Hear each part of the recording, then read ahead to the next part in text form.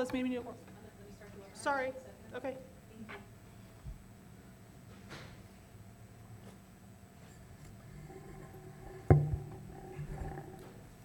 Okay. I'd like to call this meeting to order at 4:01 on April 27th, 2023. This meeting is being live streamed via Zoom and will be recorded and available on our YouTube channel and our website for 1 year. I can do roll call. I think so. Trustee Yu. I'm Yeah, doing roll present. call. Trustee Katz. Present. Trustee Abdoli. Present. And I'm Trustee Nakatani, and I am present. Right now, we do not have Trustee Hodge online yet. Is that correct? Yeah. She'll be joining us later. Okay. Do we have to approve the agenda here? Just as closed session? Not really, no. Not for the closed session. Okay, sorry. There are public comments for the agenda items, so I'm just going to call up. We have Julie Bremer, Talia Kaylee, Tara Ordonez, and Danny Gasparini.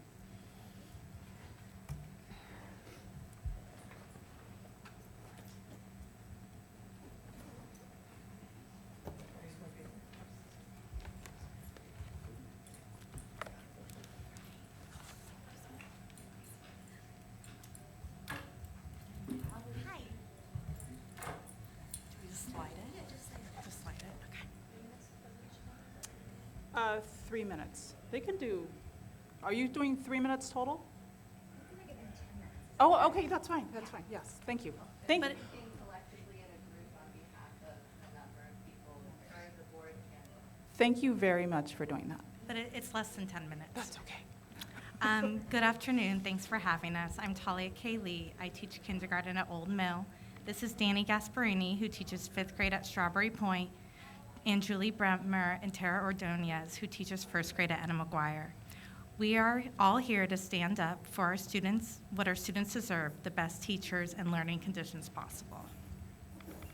When the pandemic rocked our community, our teachers were some of the first back in the classrooms offering in-person teaching.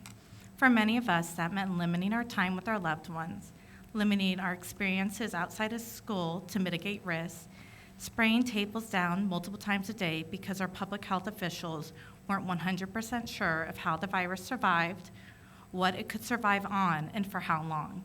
We risked our health and our family's health to protect the most valuable and precious lives in our care. Mill Valley teachers are dedicated, compassionate, and have put their students first time after time. It dips into our bucket to see our dedication and compassion echoed in the voices and actions of neighboring Bay Area districts, but not our own. As you may have seen in the news, Mountain View Los Altos District agreed with the teachers union to raise teacher salaries by 15.7% by the 23-24 school year. Their superintendent, Layla Benson, spoke out in support of a competitive salary increase for some of the Bay Area's highest paid teachers. She said, "Our employees have always been dedicated and determined professionals, and the global pandemic has only further highlighted our team's tremendous efforts and talents. Providing a real wage increase for our dedicated professionals was a high priority, and we are pleased to have this agreement. When we know that school leaders around us publicly champion their staff and stand in support of competitive salary increases for teachers, it is especially discouraging to hear our management's unwillingness to budge beyond 8% for the 2023 school year." While management refuses to increase their salary offer, teachers continue to commit to unpaid hours outside of our school day to prepare for our students. We participate in stipend positions that hardly compensate for the hours and effort they take, yet we still do them because we love our students. This is the Achilles heel of education. It relies on the exploitation of teacher empathy. It relies on teachers who open their classrooms early to support students before our contracted hours, prep lessons over weekends and holidays, not to mention hold the well-being of their students on their shoulders daily, who are not paid their professional worth. Because as educators, we care deeply about the work we are doing, and we care deeply for our students, regardless of pay. If Mill Valley School District management truly wishes to live up to its DEIB standards and goals, it must ask some serious questions. What is the demographic of its teaching staff? How many certificated staff members work more than one job to make ends meet? What percentage of teachers who live within 7 miles of the district require a partner who makes more than they do or has benefited from generational wealth? I have been a teacher for 22 years, 19 of which have been in the Mill Valley School District. My husband is also a teacher of 18 years. He now works for the TAM Union High School District.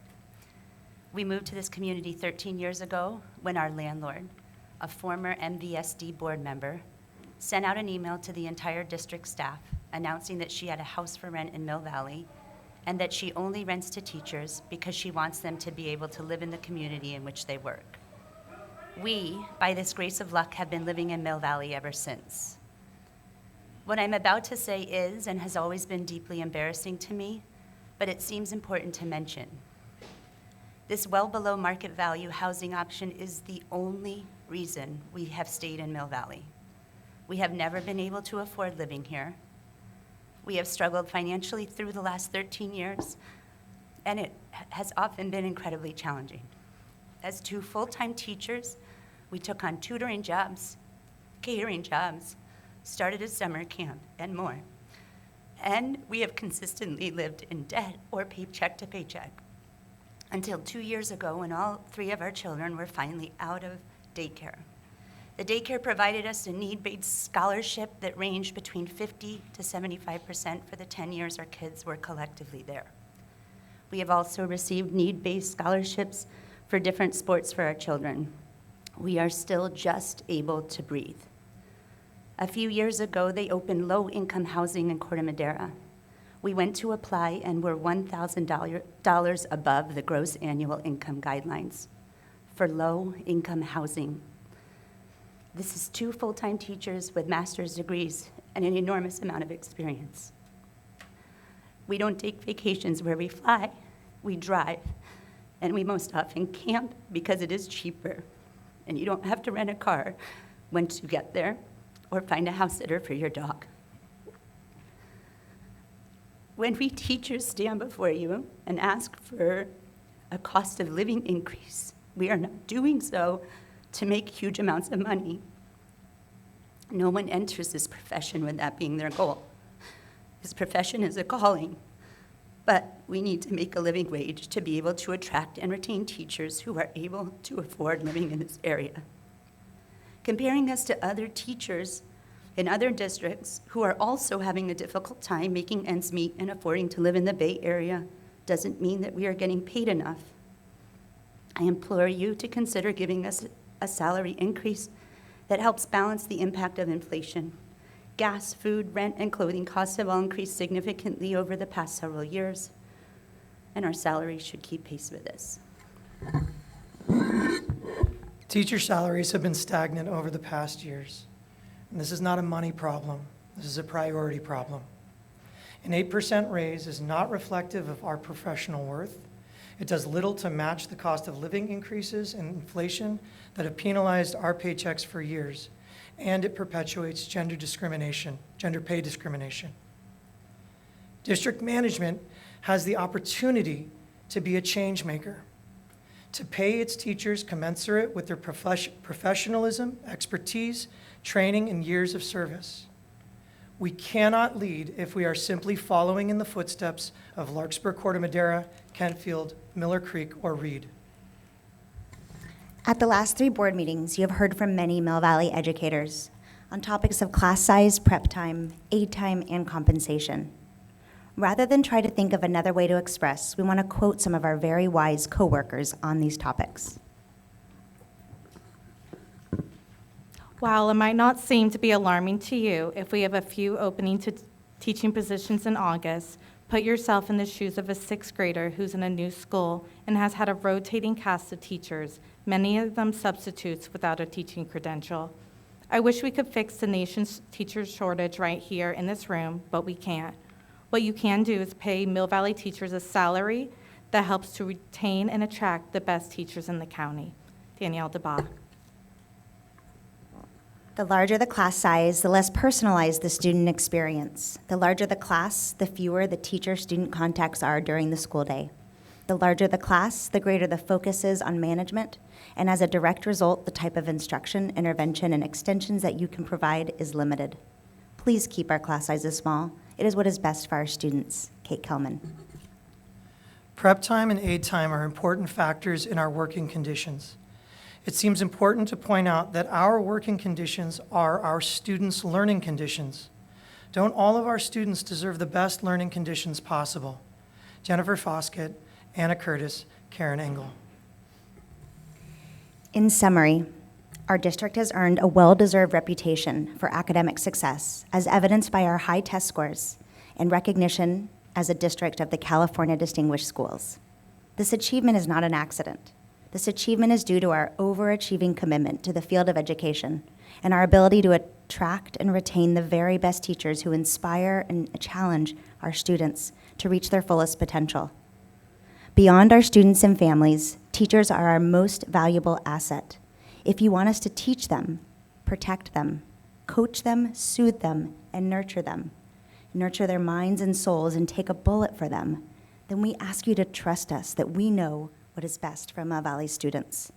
You need to trust when we tell you when class sizes matter, aid times matter, prep time matters, and compensation matters. You can't have it both ways. Please, if you value our teachers, pay them their professional worth. Thank you.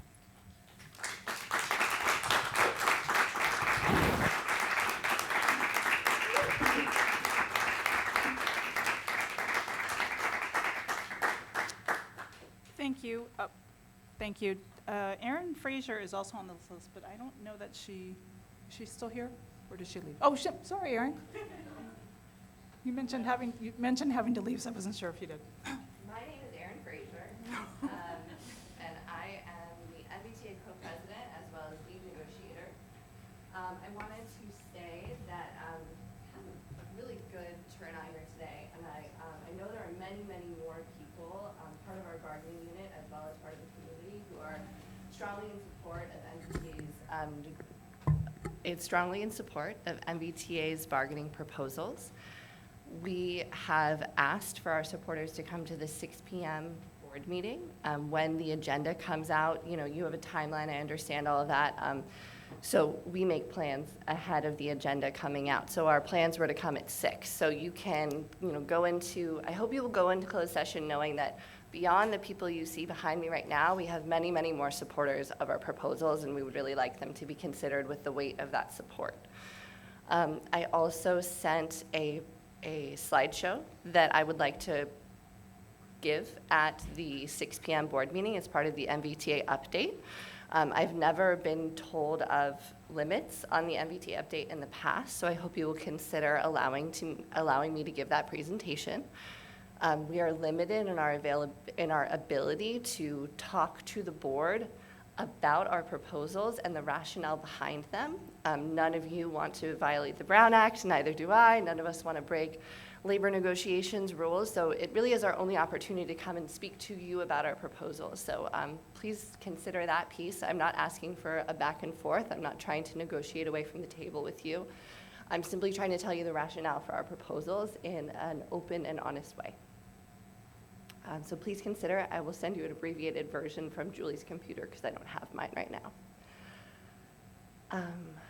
Lastly, I have one last thing to say. Lastly, I have sent you an email inviting you to send a representative from your board to negotiation sessions to observe, which is something you're allowed to do. And part of this limitation to talk to you about our rationale behind our proposals is that none of you are there at the table. So we have student-centered, logical, rational reasons for each of our proposals, and we would love for you to hear them. So if you could come and observe on May 4th, that would be wonderful.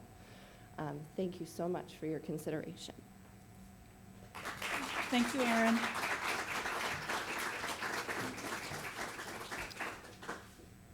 And that is all we have for public comments, so I will adjourn this session, and we're going to go into closed session at 4:15.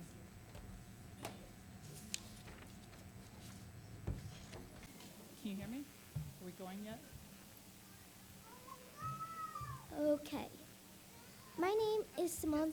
Oh, Just one. We're really excited for you We're too. super excited. I just have a few announcements, okay? A few announcements beforehand. Thank you. Okay. Hello, can everyone hear me? Hi. Before we get started, I do want to say that Trustee Yu had spine surgery on Monday. She will be standing up and moving around as she sees fit. So I just wanted to make that announcement, and I'll put it on the minutes. But I believe we're about to start. We're ready. I'm going to call this meeting to order at 6:04. And the first thing we'll do is, do we have Trustee Cernsa-Taj on?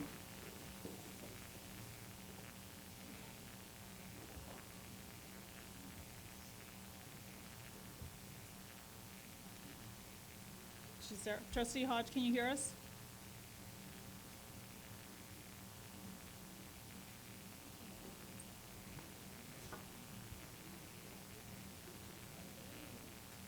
We're going to give her a second. Thank you for waiting.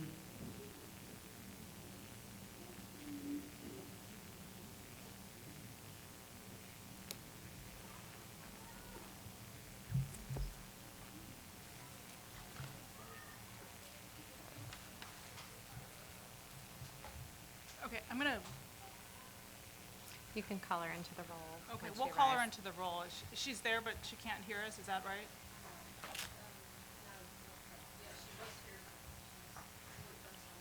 Okay, I'm going to just go ahead and start roll call. Okay, roll call. Trustee Yu. Present. Trustee Katz. Trustee Abdoli. Present. And I'm Trustee Nakatani, and I'm here. A little bit of feedback. While we wait for Trustee Hodge to join us online, she is out of the country at the moment, but she's here on Zoom. So we appreciate everyone being here after surgery and with different time zones. Before we get the meeting started, I see that there's a lot of people here for public comment. I want to make a few notes about public comment. I was on the other side of this dais for many, many years. I never read the governance handbook, but now I have. And I just wanted to mention a few things. Board meetings are meetings of the board held in public. So this is from our governance handbook, and this is topic 4, board member interaction with the public at board meetings. Board meetings are meetings of the board held in public, but they are not town hall meetings where the elected officials and community members engage each other in an unstructured manner. Public input into the business of the board will be structured in a manner that balances the public's right to address the board and the board's right to conduct its meeting in a productive and efficient manner. Meetings will be conducted in a civil, orderly, and respectful manner under the administration and discretion of the board president.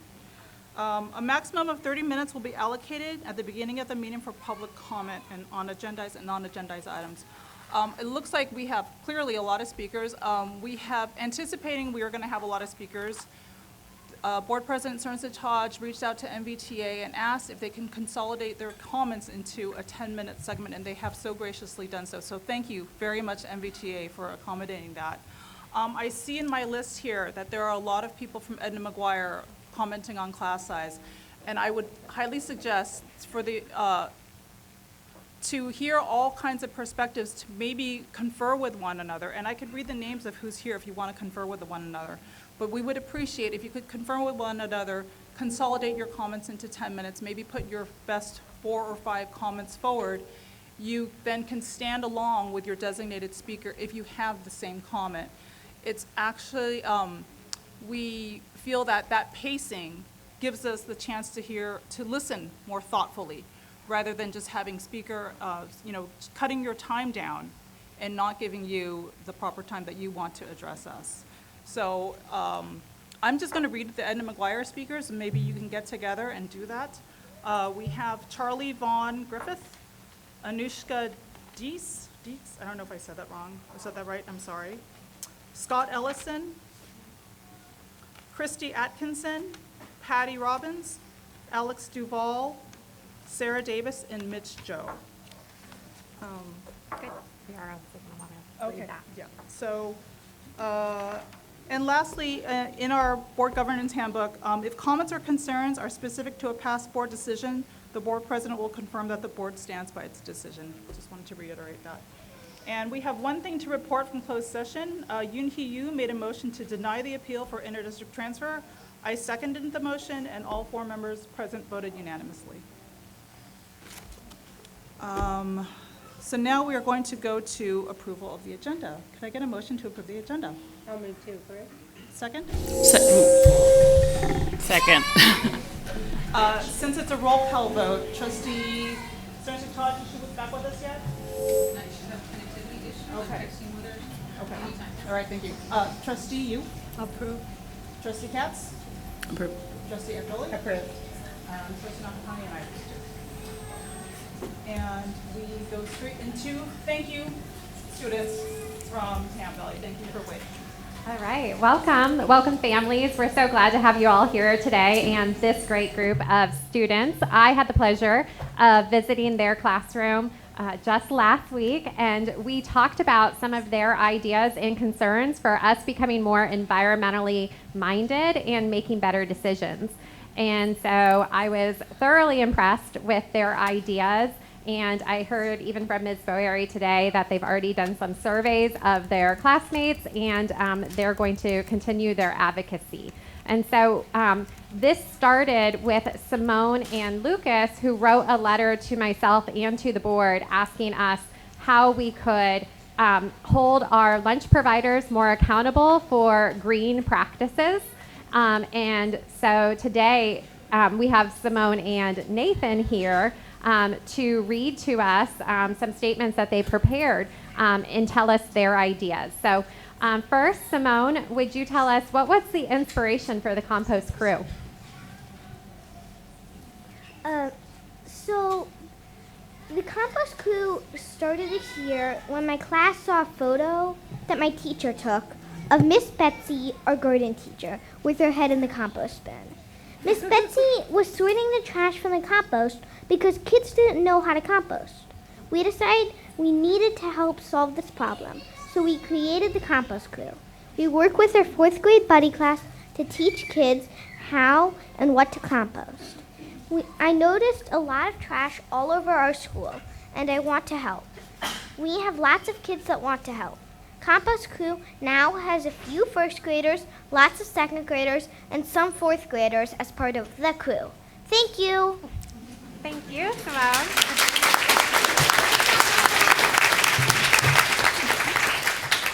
All right, Nathan, will you tell us how the compost crew works? Yeah.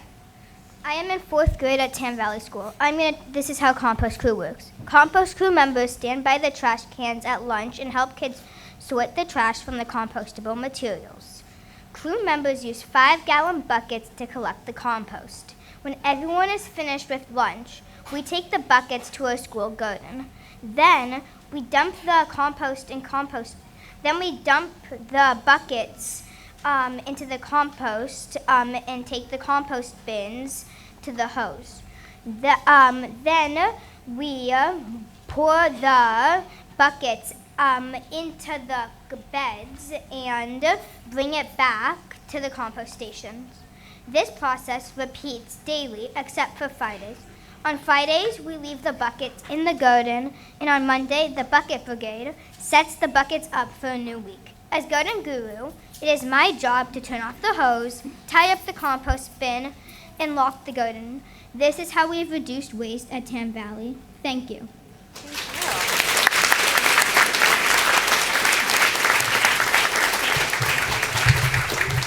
All right, the next thing then is that Ms. Lamar is going to introduce some members of the crew here, and then we're going to have you come up here as she introduces you. I have a certificate. You'll stand along here and we'll take a picture with the Board of Trustees so that your parents can snap those pics too.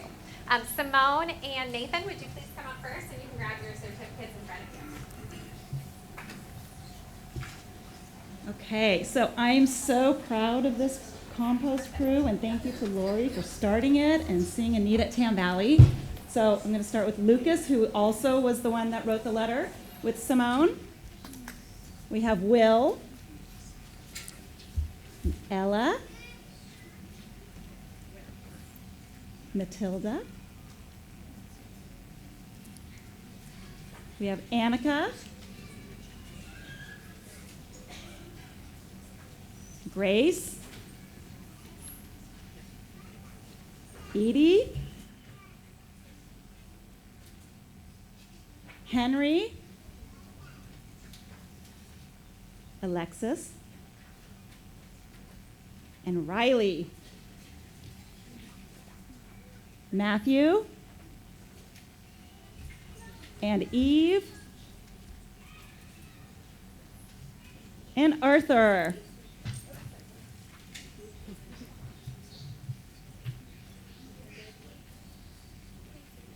Nice job, everyone.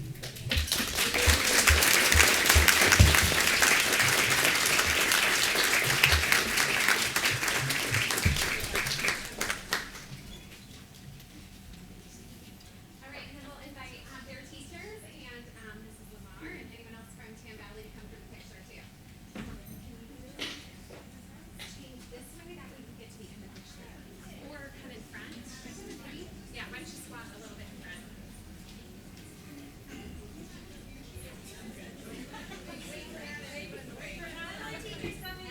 More teachers coming. Good. Long check.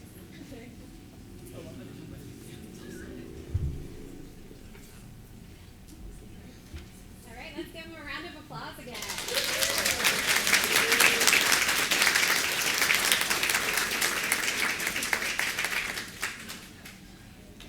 Thank you, families, for coming. Thank you, Pam.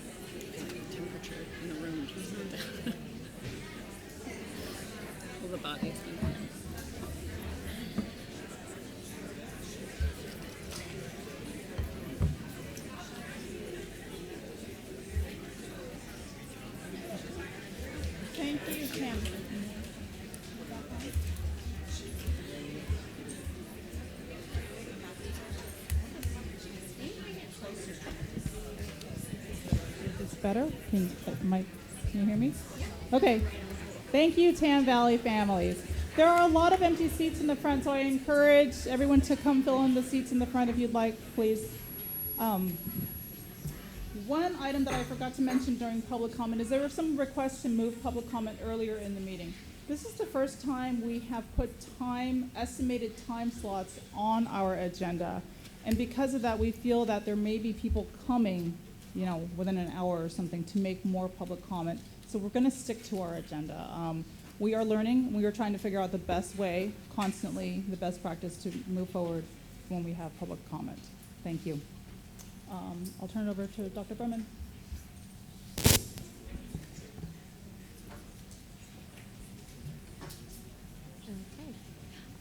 Thank you. We have tonight a presentation.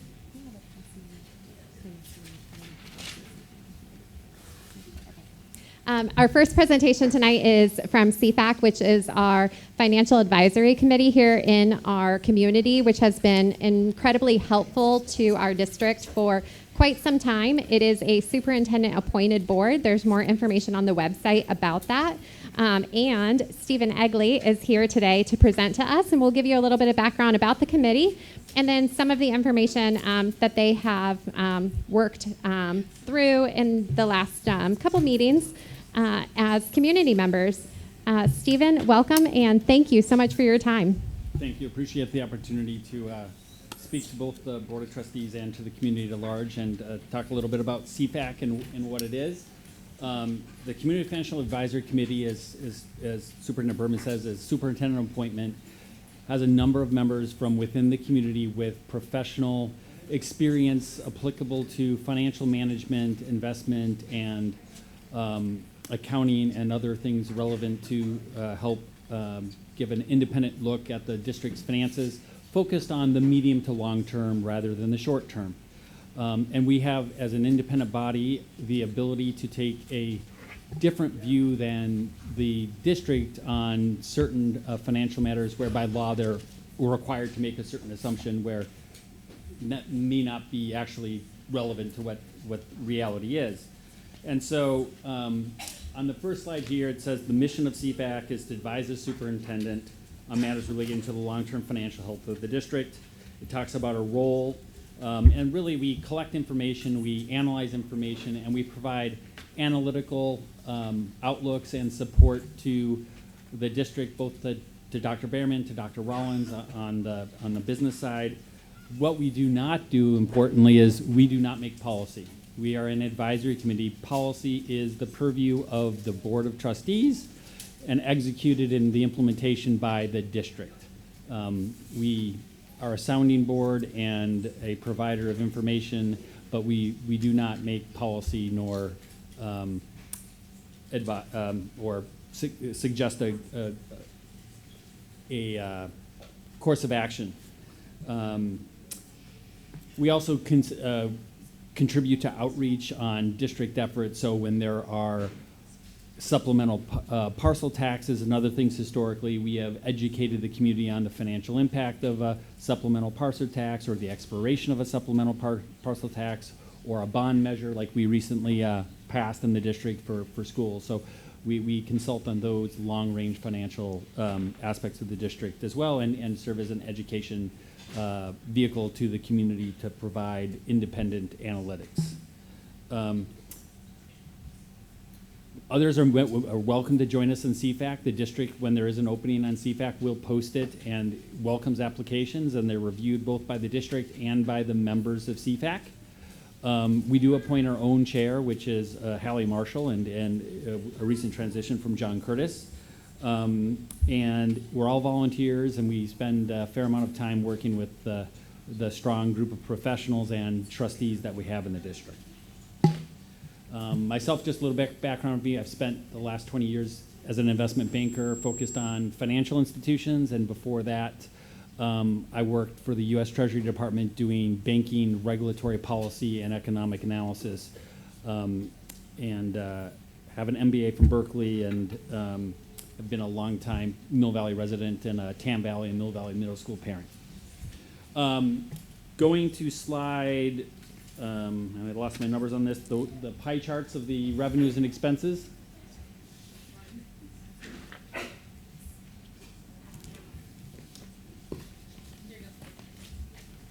Yeah, so I may have put these out of order. Actually, can we go back one? Sorry, I have mine printout out of order. Okay. Actually, it is that one. So the projected revenue expenses, this is where our sources of revenue come. So between our parcel tax and our assessed value taxes, which is just standard property tax, that represents 73% of the budget. We get an additional 10% of our revenues from other local sources. The federal government only provides 2% of our budget, and the state provides 15%. In terms of where we spend the money as a district, staff salaries are 51% of the budget, 15% is pension costs, 10% is health and welfare, other benefits are 3%. So salaries and benefits in total are 79% of our expense base as a district. And no other expense category rises above 6%, and the biggest one is books and supplies. All the others are kind of small in relation to the total budget. We have $51.7 million in projected revenues for this budget year, and our projected expenses are $54.4 million. We're projected to run a $2.66 million deficit this year from an operating standpoint. Now, bigger picture, the district does have a significant reserve that they've built up over time, and there's the unrestricted free balance and there's some components of restricted balance as well that we budgeted for certain items that we know that are coming. And so we do start off from a position of strength in terms of our current unrestricted free balance. And with that in mind, I want to take a step back because a couple things drive the model and our community, the impact to students and teachers. And one of them is enrollment. So if we could go to the next slide. And for families new to the district, in the early 10s, we had a surge in enrollment in the district. So we went from 2,800 students to 3,200 students in 4 years. And then that kind of enrollment surge worked its way to the district, and we are now down to just under 2,400 students. We've been on a secular decline on our enrollment numbers for a number of years, and the birth rate has only gone down, so the projection is that that enrollment decline will be at a similar pace to what it has been the last couple of years, unless something extraordinary and odd happens. Our district staffing levels over time, we started out at 270 staff members, FTEs. That grew to a peak of about 315 or so, and now is at just over 290. So we have not seen the corresponding shrink in staffing levels that we have on a student enrollment basis. So we have more staff per student now than at almost any other time in the district. So more resources available to our students because we maintain staffing levels. And currently it's 290. And if we go to the next slide, we've broken this down to where the rubber hits the road, and that's students per certificated employee, right? So people actually having educational classroom impact on our students. And that peaked at just over 18 students per certificated employee, and it's just over 13 students per certificated employee currently. And I apologize for this last chart. It's trends in elementary class size by grade for kinder through 5th. We don't run the same numbers for 6th, 7th, and 8th because of the unique nature of a middle school where they have multiple classes and it's just not a relevant metric. So for kinder through 5th, you can see that in general, class sizes have gone down, but it varies by class and by year in terms of where you are in that overall trend. So some years you're going to get an uptick for a certain class just because of the demographics and how it works. And other years you're going to have a downtick, but the general trend has been slightly down just because we have shrinking enrollment and constant staffing levels. That's just the math. On the next page, so CFAC runs a 7-year projection model. Actually, a little bit longer than that, but we pick an appropriate number of years to look at. And so I'm going to run through a couple scenarios today. And the things that we really drive the model are how fast do our secured property tax base grows? That's a huge portion of our budget along with the supplemental parcel tax. The other big driver is compensation costs and total benefits to our staff. That's 79 to 80% of our total expense base on a historical basis. The other thing that this is sensitive to is what our pension contribution rates are. The state has stopped giving the district relief in terms of state funds to buy down our pension costs. Now the district for the last several years has been fully responsible to fund all staff pension costs out of our own funds rather than receiving funds from the state to buy those down. And the rates have gone up over the last 5 years and are nearly 20%. So health and welfare benefits is another big driver in the budget. And we assume 8% premium and growth in the premiums, given what healthcare inflation has been historically and both recently and long term. What we've also assumed is for this year, staffing is currently 290. It's projected to go down to 277 for the coming years and then is held constant after that. So this model is agnostic on staffing levels. It assumes constant staffing levels for teacher and support staff in the model. It makes no call about that in terms of policy. It also importantly assumes that the parcel tax is renewed in 2029. We have an expiring supplemental parcel tax that represents 21% of our operating revenues.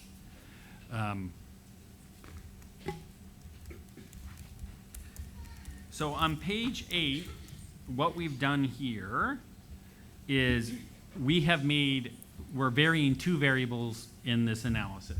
So in the top left chart, we assume that there's 3% assessed value growth for our revenue stream. And just for historical reference, the average is in the 5% range historically over a wide range of time periods. It gets low as into the 4s, depending if you pick, since coming out of the global financial crisis, what you pick as the end year. So what we've done is picked 3, 4, 5, and 6%. And the reason we don't have more of an upward bias is because Prop 13 is structurally designed to cap the upside and exaggerate the downside. So, for example, during the last financial crisis, you could appeal your property taxes and everybody could get a reduction in property tax. Well, on the upside, Prop 13 caps what you can pay at the rate of inflation, and therefore it's an asymmetric return. So that's why we don't have like the midpoint being at 5% and whatnot, because Prop 13 doesn't allow us to do so.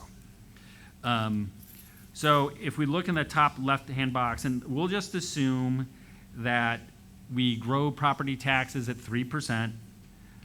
All those assumptions I talked about before held constant. And the other thing we vary is staff increases, and this isn't just for teachers, it's for all staff through the entire organization, of 8, 9, and 10%. And what I do is I show the unrestricted free balance that the district has in that table. And the red numbers, if they're shaded in red, means we are actually running a deficit, meaning we've spent through all of our reserve and now would have a deficit, which the state will not allow us to do, and there would be intervention before we would be allowed to get to that point. The yellow shaded boxes indicate where we are under key board levels of designated reserve percentage. And white is where we are below our first designated board reserve level, but above the second of 9%, I believe. And so, just for example, if we pick 3 years out, which is the 25-26 year, and there are pay increases of 8%, we will still have a positive balance of $3.45 million. At 10%, we'd still have a positive balance of $1.3 million. And in subsequent years, we would be in a deficit on our reserve. And we're going to do this left to right and then down. So we move over to the next one with a 4%. Gives us a little bit more breathing room. We have a higher reserve level because we have a higher rate of revenue coming into the district each year. But we still kind of run into trouble in the 25, 26 to 26, 27 years in terms of our ability to have operational funds to meet our obligations. If we go to a 5%, we start to get a little bit more breathing room.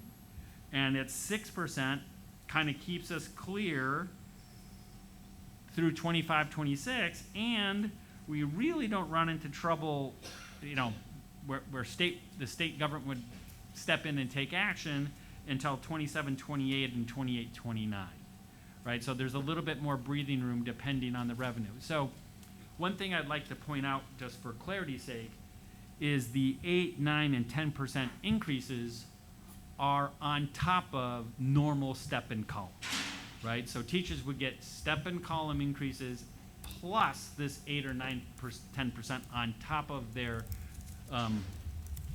contractually agreed to step and column, which generally, Michelle, correct me if I'm wrong, it's roughly 2.8% historically. It ranges between 1, generally 2%. Okay, so we're 2% in our model, and then you see this, and I think what this table says is the impact of increasing our 80% of our expense base by high single to low double digits, with revenues only growing at low to mid single digits,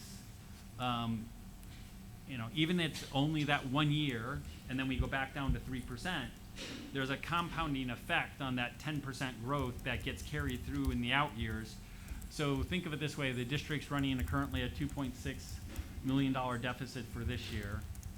That deficit grows by a fair amount with increased costs on salaries and benefits.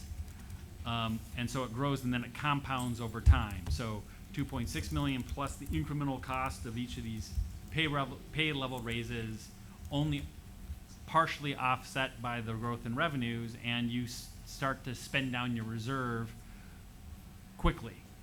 And that's just the math of it. Now, are these the right cases? We think they're a reasonable subset of what could happen for the district. And then we'll leave the policy questions of, is this the right mix of revenues, and should we get more revenues or less revenues, and staffing levels and all that other stuff? That's the bailiwick of the trustees and the administration to figure out how that all works out. And so I will open it up to questions from the trustees. Thank you. And there's one last slide. Oh, thank you, yeah. There is about 5 minutes left for this item. And we do have a comment, but we can go to the next slide. Yeah, thank you. I forgot about this one. So what we've done is outline some uncertainties facing the district. And I think one of the biggest ones in a post-COVID world is, what are our enrollment and staffing trends going to be, right? In terms of being able to retain teachers and what the qualified pool of teachers is available to us, what our student enrollment looks like, and the interaction of those two. The other is inflation and cost pressures, both in building the new school, in terms of running the district. It's something that we're keenly aware of. The other is what we've discussed, the outlook for the assessed value tax base and associated revenues, given the current real estate environment and in the interest rate environment. The impact of CalSTRS and economic volatility and stock market volatility, and the ability to fund or have an excess in CalSTRS. Highly unlikely we have an excess in CalSTRS anytime soon, given the hole they've dug themselves into. Capital markets volatility. California state income taxes and revenue from the state is highly dependent on income and capital gains taxes in California. And so that, even though it's a small percentage from the state's budget, when there's a decline in the stock market, comes under intense pressure because of the reliance on capital gains taxes. The impact of a potential recession or economic downturn.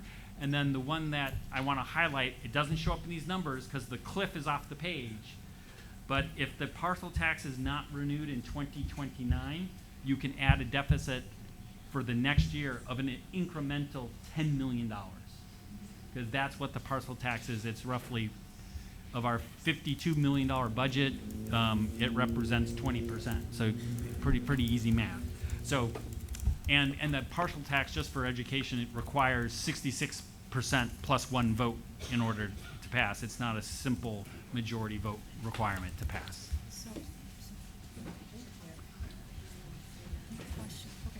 We have one public comment on the issue. It's Linda Brun. Yeah, Stephen, you could stay because we're going to have some questions afterwards. How much time do I get? 3 minutes? 3 minutes. Linda Brun, MBTA co-president.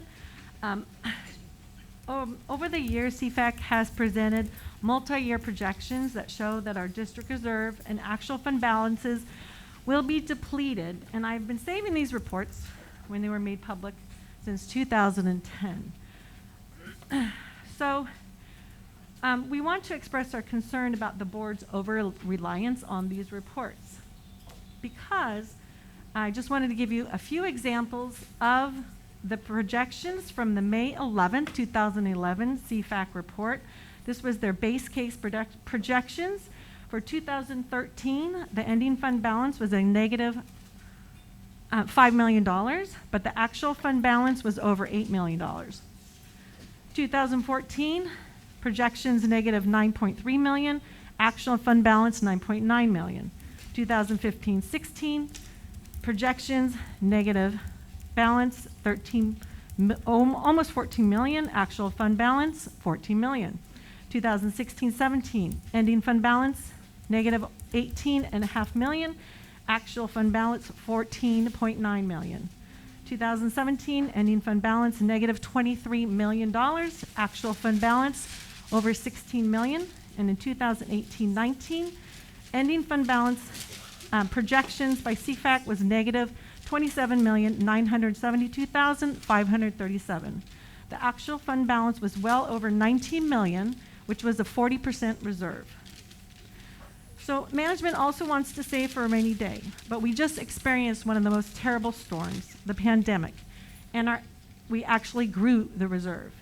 So we want to encourage the board to look at CFAC reports over the past 10 years and do a comparison of the projections and the district's actual ending fund balance. Thank you.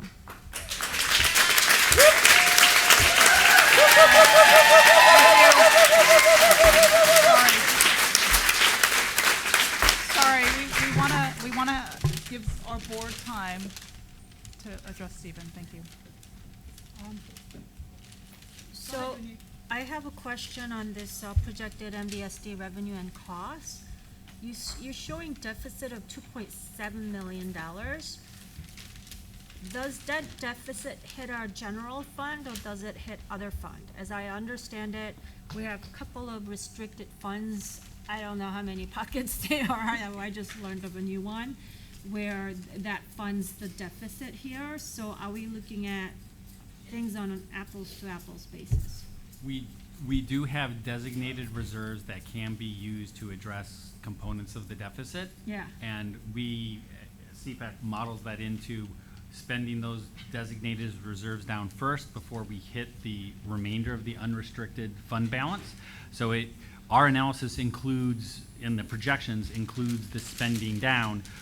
This slide is agnostic as to where that deficit is funded. It just says what the deficit is. Are there funds that are designated for interdistrict transfer, expiration of the parcel tax, and now I'm forgetting what the third one is, Michelle.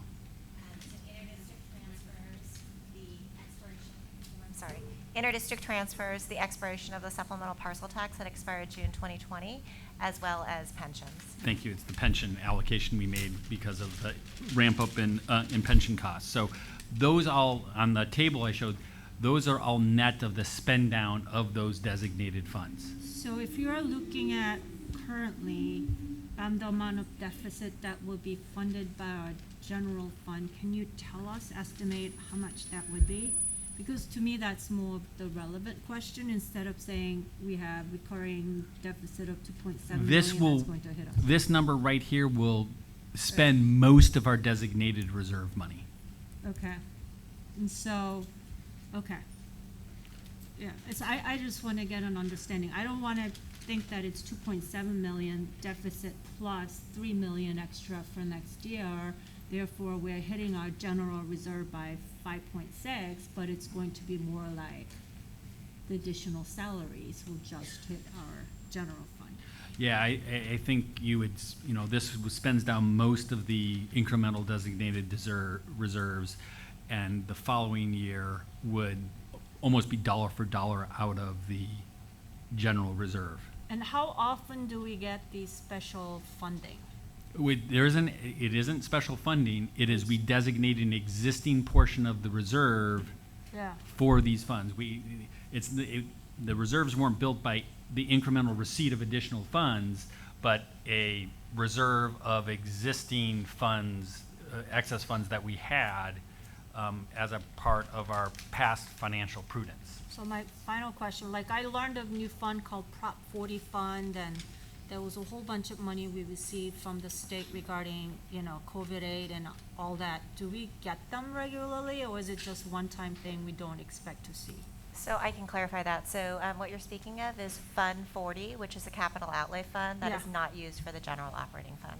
Okay. It's a capital outlay fund that's used specifically for facilities. Yeah. And investment on our playgrounds and things like that. It cannot be used for general operating funds. So that shows, that 1% we show on capital outlay is not spent from that fund, but it showed from our general fund? It's, Fund 40 is completely separate from our general operating budget.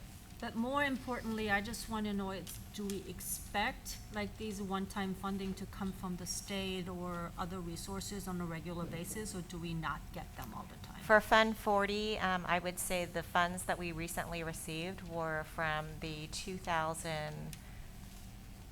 I mean, it was over 20 years ago. I think it was like 1998. Mm-hmm. So it was about a 20-year wait period before they provided supplemental funding. But- So to yeah. answer your question, I would say no, we cannot depend on capital outlay funds from the state. No, but just other, we got COVID relief funds and all those others we seem to apply for, and we get these grants. Do we expect them, or is it not? Yes, so for the general operating budget, there are COVID dollars, state and federal funds. Those are one-time funds, and they usually have parameters, and so they are restricted dollars. I cannot say whether or not we'll continue to receive them. We have received, additional funds specifically for arts, music, and discretionary funds that will come to the board as a plan. We do know that we anticipate using that for professional development, our teachers on special assignment, DEI, as well as, I'm looking to Laura, a couple other aspects to support our students and staff. So that's reflected in our forecast of revenue? We have not received all of those funds yet. Okay, all right, They're booked as received. thank you. I don't know if this is more of a question for you or Michelle, but as we get into that red zone, can you help us understand what kind of decisions would need to be made to get us back to a positive zone, and also what the impact is if we have multiple years of deficit spending? So I think the decisions are difficult ones, right? Because there are only a few levers to pull, right? On the revenue side, we can have a ballot referendum for a supplemental parcel tax like we've done in past years and hope that passes. Knowing that in 2029, we have to go back again to renew 21% of our budget through a parcel tax, right? So that one's a renewal of an existing tax, but if we needed incremental funds before then, you'd have to go for a supplemental parcel tax and then follow it on with the renewal of the current parcel tax to maintain the funding of the district. The wisdom of that I will leave in people much smarter than me. And then the other level to hit is there's a very limited level you can adjust non-staffing related costs. Books and supplies is the biggest one of those, and it's 6% of the budget. So it's hard to move the needle meaningfully without touching staffing levels. And whether that be salaries, benefits, pensions, like those are the levels to pull, right? So how much of that can be handled through retirement and attrition with declining enrollment in students is a matter for the board, but those are, unfortunately, the board doesn't have a lot of levers available to pull other than raise taxes through a parcel tax or find a way to reduce your biggest expense category, which is staffing and benefits for all district employees. Thank you. Any other questions?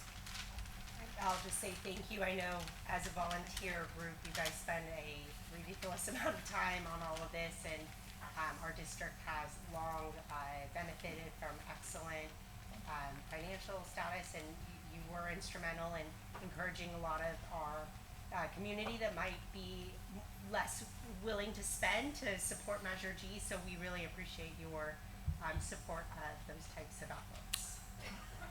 Thank you, and you're welcome. I was going to say what Ellie said, so thank you very much. We recognize your Can volunteer I also time. add the projections that CFAC runs were also in the past historically have been to support our community parcel taxes. And so some of the projections that were run, and I'm not sure specifically which ones were being referred to back in 2010, but our community has been very supportive. And in November 2008, because we did recognize that we were in need of funds, there was a parcel tax passed in November 2008. In addition, there was another parcel tax passed in November 2012, which brought the parcel tax up to $927 at that time.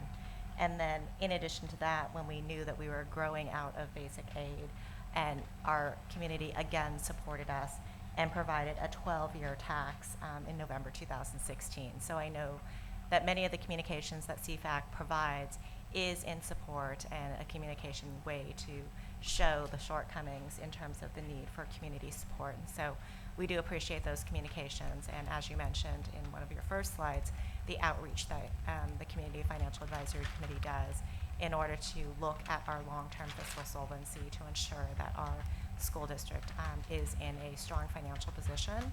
And again, the parcel taxes do support over 20% of our district revenue, so we're very appreciative to CFAC as our volunteer community, as well as how they are able to provide that support to our voters to support the parcel tax. Thank you again. Thank you.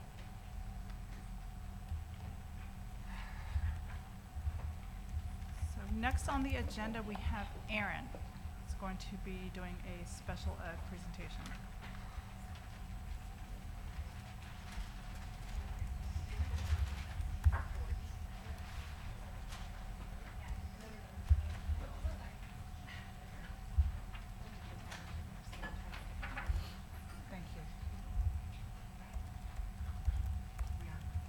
Thank you. Thank you and welcome. Can we get the mic up or? Oh, there it goes. Okay. Now it's on? Thank you. Good? Okay. All right, good evening. Thank you for having us present today. We have been waiting to give a special ed update for a little bit of time, and you might actually have seen the presentation we prepared for the last board meeting posted briefly. But we do have an update. We did update the presentation that was posted last time for tonight, as we wanted to adjust for some of the questions that were asked during public comment during the last board meeting. And tonight we're going to hit the button. There we go. Okay. Tonight we're going to give an update on our current student population and answer questions about capacity, inclusive practices, and programming that have been brought to the board by community members. And I just wanted to be clear from the beginning that this is just a presentation. It's not an action item. It's just information for you. And tonight I have with me two people to present with me. I have Elise Major, who is our special education program specialist, and Eve Turan, one of our school psychologists. And Eve is going to get us started. All right, thank you guys. Okay, so who are our students? Now, in Mill Valley School District, currently we have 329 students who have been identified as having a disability and require special education services. That is about 14% of our population here. And this information, these charts, this data is taken every year in October by the state. So keep that in mind. Now, how do students qualify for special education services? So we follow education code law to do. Next slide. Oh, no, we're still here. Oh, we're still here. We're still Okay, here. sorry. Yeah.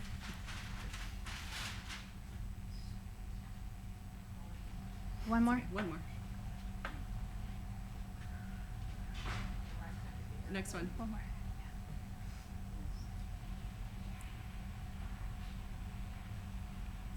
Nope. It's okay. Yeah. Sure. Okay, great. Okay. It's the one with the charts. So how do we determine if a student qualifies for special education services? We follow education code law. And we take labeling a student as being disabled very serious due to its long-lasting implications. Now, in order for a student to qualify for special education services, they first have to have a disability, and their disability has to adversely affect their education, and they require specialized academic instruction. Thank you, that's it. Now, it's also important to note that in this graph, in 2020, we had a pandemic, and you might see lower percentages the following year qualifying for special education services, since we have to be very mindful in comparison to learning loss and is it really a true disability. In addition, I also wanted to update that Mill Valley does not have a backlog of students to assess. That's been done over with a while back. And before the pandemic, just to give you information, in Marin County, typically about 10 to 11% of students have qualified for special education services. And you can see in the chart, the one before, that it has been slowly rising. So we have been increasing. And as a county, this is everyone as well as increasing students qualifying for special education services. Next slide, please.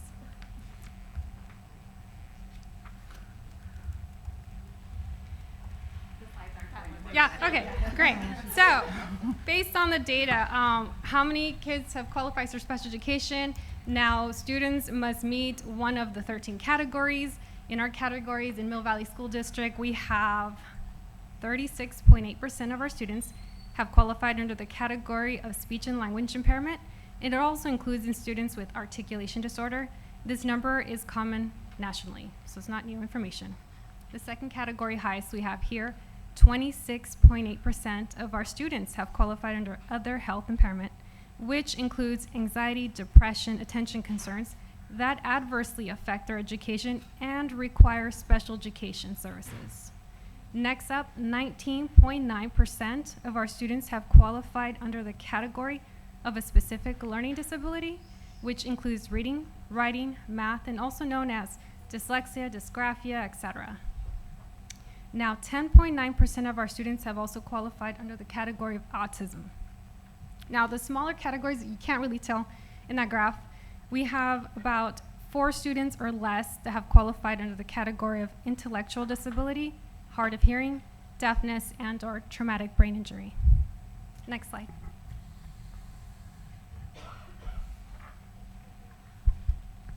All right, now that we know a little bit more about our students who are eligible to receive special education services, this is an overview of the services that we have available in our district. And it's important to note that special education supports our services, not settings. What I mean by that is that all students, including students with identified special needs, are first and foremost general education students. And we are required to provide our services for all students in the least restrictive environment. We're also required to offer a full continuum of services to ensure that we're able to provide individualized education plans for each student. So in our district, we have an early intervention program.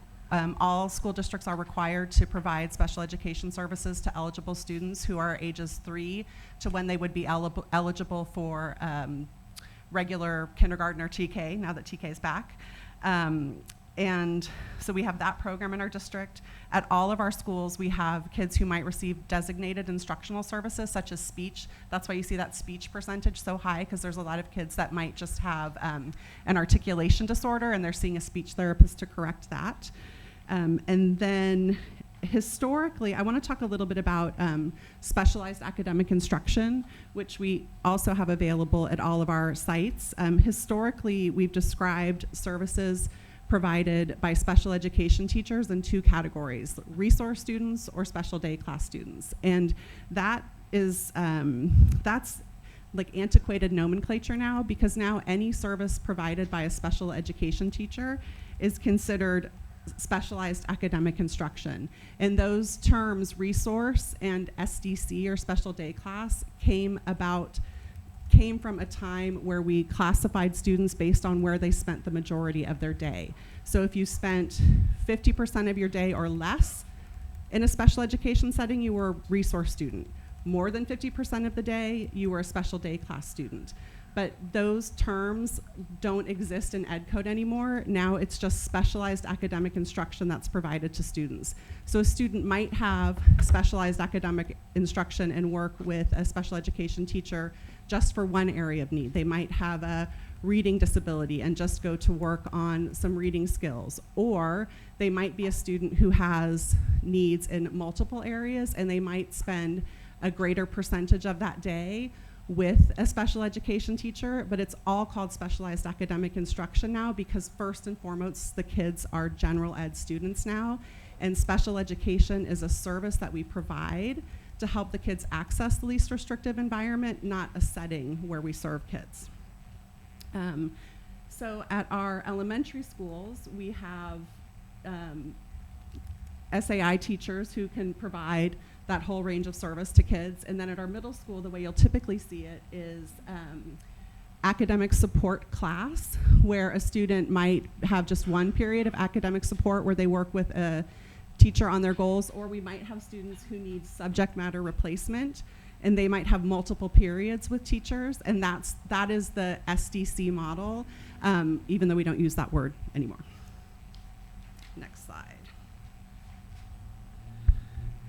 Okay, if a student's IEP team determines that a student's needs cannot be met in a district program, then we are required to look at more restrictive services for students. What happens in Marin County, because we have a lot of very small school districts in one area, is that we utilize the Marin County Office of Education to provide regionalized, and they still refer to them as self-contained special day classes that are designed to meet the needs of students with more extensive support needs. So for example, they might run specialized autism programs.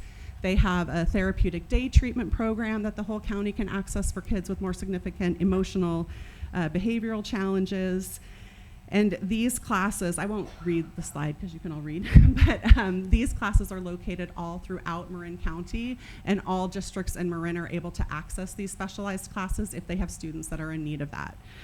In addition to that, the other sort of most restrictive end of the continuum for kids is if there are kids who cannot, their IEP teams have determined that they cannot be successful on a comprehensive public school campus, then we're able to look at what are called certified non-public schools. These are not private schools, they're certified non-public schools. They follow a rigorous certification process through the state. The Marin SELPA monitors these programs for us, and we are able to, when students need that type of placement via an IEP team decision, we can place students in those programs. I'm going to talk in a few slides about the ones that are here in Marin.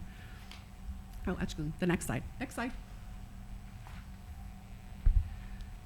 So now that you know a little bit of, oh, back one. Okay, okay. Now that you know a little bit about the continuum of services, and we can talk about where we're serving our students. And I think the most important thing to note is that we're serving 99.95% of our students here in district programs. So you can see on here sort of where the kids are. You'll see the district-wide speech only. That's that group we were talking about of kids who may have just an articulation issue. So out of 329 students, 101 of our kids are receiving just speech therapy. And then you can see the students we have in MCOE programs. And then the far column is our students that are in certified non-public schools. And on that list, ANOVA, Cypress, Helix, and Lattice are all programs designed specifically for children on the autism spectrum who need a more intensive placement. And then Irene Hunt is a school that, that school is, it's in San Anselmo, and it's designed for kids who have more significant, like acting out type behavioral challenges where they need more therapeutic support. The program I referenced from MCOE, the COMPASS program, that's more for children who have sort of internalizing social emotional needs, whereas if kids need more behavior therapy type program, then Irene Hunt is available to us as well.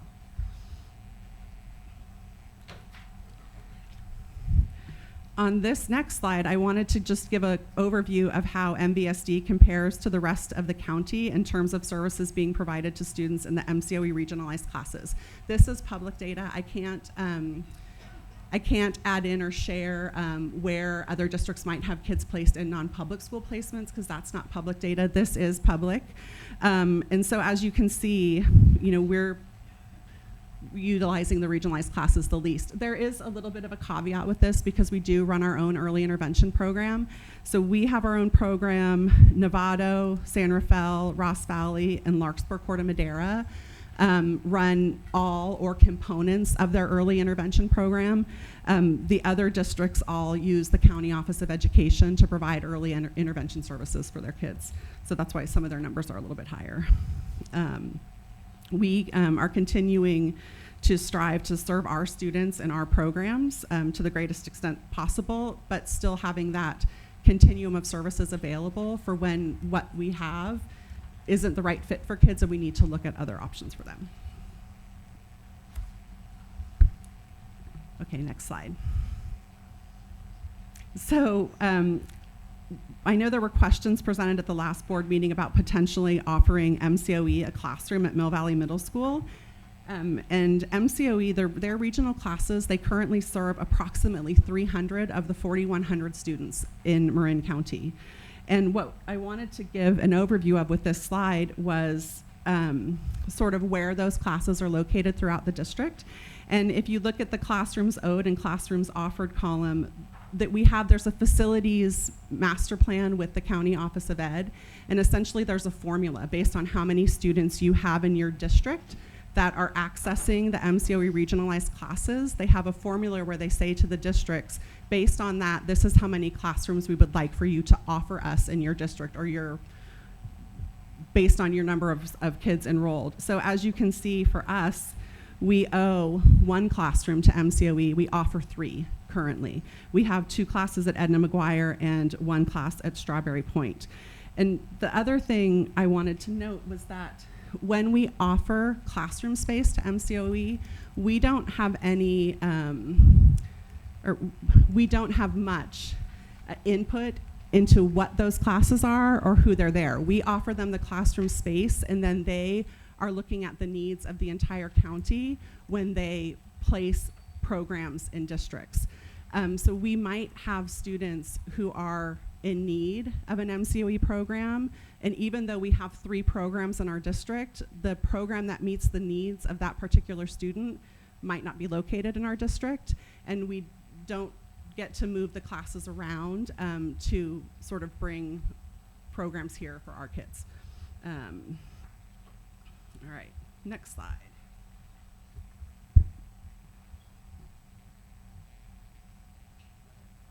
Okay, I'll start. Sorry, how big it is. So I'm going to talk a little bit about how our district has been working to build our inclusive practices. So during the 2021-2022 school year, the district began consultation work with Dr. Emily Nussbaum. Dr. Nussbaum is an inclusion education specialist who assists schools and their team communities to organize and be proactive about their inclusive practices within their district. So, sorry. I know it's hard. Is that better? I don't know. So through her consultation work, the district redeveloped the program specialist job description to better provide support to general and special education staff and to support students with disabilities in the least restrictive environment. So as the program specialist that started this school year, through my position, I've been working to help assist teachers in developing quality programs and modifications and accommodations for students with individualized educational plans. I've assisted with creating modified curriculum to support access to general education curriculum and to make progress towards IEP goals. And I've worked in collaboration with special and general education team members and instructional aides to provide training and to help facilitate communication and collaboration between all stakeholders. In February of 2022, we applied for the All Means All Inclusion Pilot Program Grant, and at the Mill Valley Middle School, we were able to work with Sam Drazen from Changing Perspectives. So Sam is the founder and executive director of Changing Perspectives, which is a program that works collaboratively with schools to create systematic change and support initiatives for equity, inclusion, and social emotional learning. So this school year, Sam worked for 15 days on site with the Mill Valley Middle School. During this time, Changing Perspectives provided professional development, classroom observations, student-led focus groups, modeled discussions on various social, emotional, and inclusion topics, and worked with teachers on increasing their inclusive practices.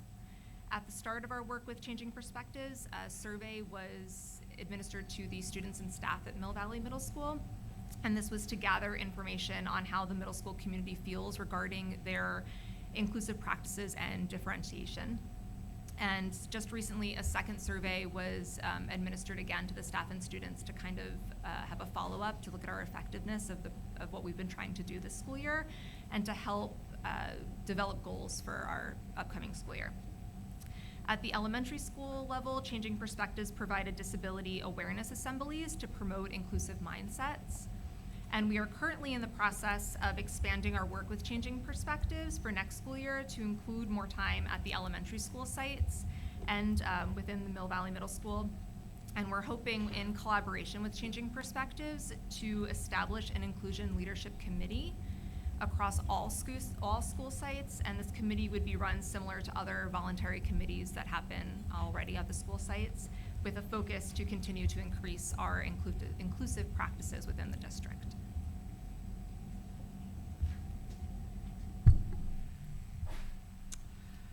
Okay, so now that we've given you an overview, we wanted to talk just a little bit about our plans as a department.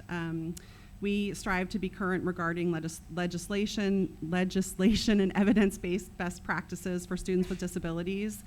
We have to be adaptable and continue to evolve. We saw that happen a lot over COVID. We got super flexible with how we served kids over COVID, and I was at a legal training a couple weeks ago, and one of the lead attorneys said, we got so good at being flexible that now we have to be flexible all the time. But we are, super fortunate here. We have an excellent special education staff who are really committed to meeting the individual needs of students. We're also fortunate to have It Takes a Village in the district, because they really are committed to ensuring that we're supporting all learners. They funded the elementary work with Sam this year. We've already been working in our elementary programs to increase available supports and resources to meet the needs of our more complex students. And additionally, we're working now on expanding our practices at MVMS to meet the needs of these students as they begin to graduate up from elementary school and attend middle school, so that we can continue to expand our capacity and our continuum. I know at the last meeting there was a call to build a new class at Mill Valley Middle School that mirrors the regionalized classes that are operated by MCOE. To consider that, what we would have to do is engage in a program transfer with MCOE. At this time, departmentally, we don't see that need for building a new class right now. And additionally, in the work we've done with our inclusion consultants, one point that they have made kind of over and over is that as we're programming for kids currently with current evidence-based practices and legislation, we need to be really wary of building classes specifically for students with higher needs, as if there's a separate place for these students to be, it can become the institutional expectation that when you build that separate place for them to be, that is where they should be. And that is really what we're trying to work on with our inclusive practices, is how can we serve all of our students in the least restrictive environment in that general ed setting. I'm not saying, so I want to be super clear, I'm not saying that that all students should be in gen ed all day long, but we just need to make sure that we are providing access to those least restrictive environments to the greatest extent possible. There is great conversation about all of this happening in Marin right now, and how are we serving our kids? How are we serving our kids who have more extensive support needs? And it is an exciting conversation that's happening, not just at district levels, but at the county level. Because when we know better about how to serve our kids, we do better with serving our kids. So we're really excited to work on our practices here and continue in that countywide conversation. Thank you. Do we have any, we don't have any public comment? Oh, we do. We do have public comment, I'm sorry. Maria Marcus, is she here? Hi, Maria. We'll scoot over, Maria. We were about 20 minutes on? Okay. Okay. Okay. I think we'll be okay. Hi, thank you. I'm Maria Marcus. I am a mom of 3 kids here in Mill Valley. I spoke last month regarding my daughter who is autistic, and I assume she's probably the one of the the 4 intellectual disability people in Mill Valley. So anyway, she's in the moderate to severe category of disability, and that's why she has been part of the MCOE program for basically her entire school life. So she was, as part of it, I explained last time that the county program isn't really a great option because there's just no stability and there's no continuity. It moves every year, and it's a little bit. I know that Mill Valley has 3 programs and only owes 1, but this is sort of where the problem is, because she is only one of 4 kids, so the district doesn't owe 1, but it doesn't have the opportunity to create something that is continual, where she can get some traction with the same location, the same community, the same classmates, the same teachers, and instead gets bussed and moved around every single year. So now she's up in Davidson and San Rafael, and I know now that there were some things in the works already, but and I'll give an update. But I also want to say one of the things is a little bit of a misnomer or described earlier, is that even though Mill Valley is providing 1 or 3 programs right now, there weren't any at the time when Marley was in 3rd grade for 3rd or 4th graders, or for 3rd graders. So she ended up in San Rafael. Then during the pandemic, they had 1 at Strawberry, so she was there for 4th grade. Then they opened a 3rd through 5th at Edna. So then she was in 5th grade, she went to Edna. Then when she went to 6th grade, again, there was no program in Mill Valley. So it's not that her needs are changing and these programs can't accommodate her. There just wasn't the age that she was. And there's no accommodation for the fact that they're probably at the same level, or some of these kids are at the same level and learning the same things as potentially kids that are of a different age of them. So for instance, at the elementary school, if she's learning reading at a 2nd grade level and she's in 4th grade or 5th grade, there's no going to the 2nd grade resource teacher. There's no letting them be at whatever level they're at educationally.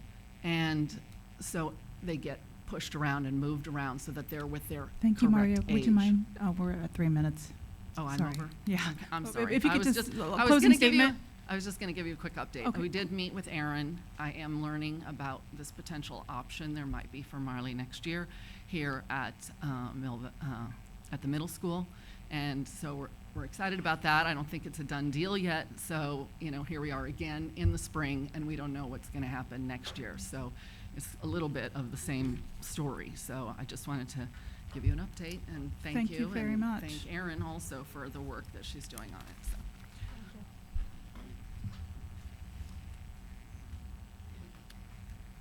What's that? No, that's it. So now we're going to open it up to board questions. Looks like you and he starting. Are we getting any support from MCOE? I mean, is, either financial or resources?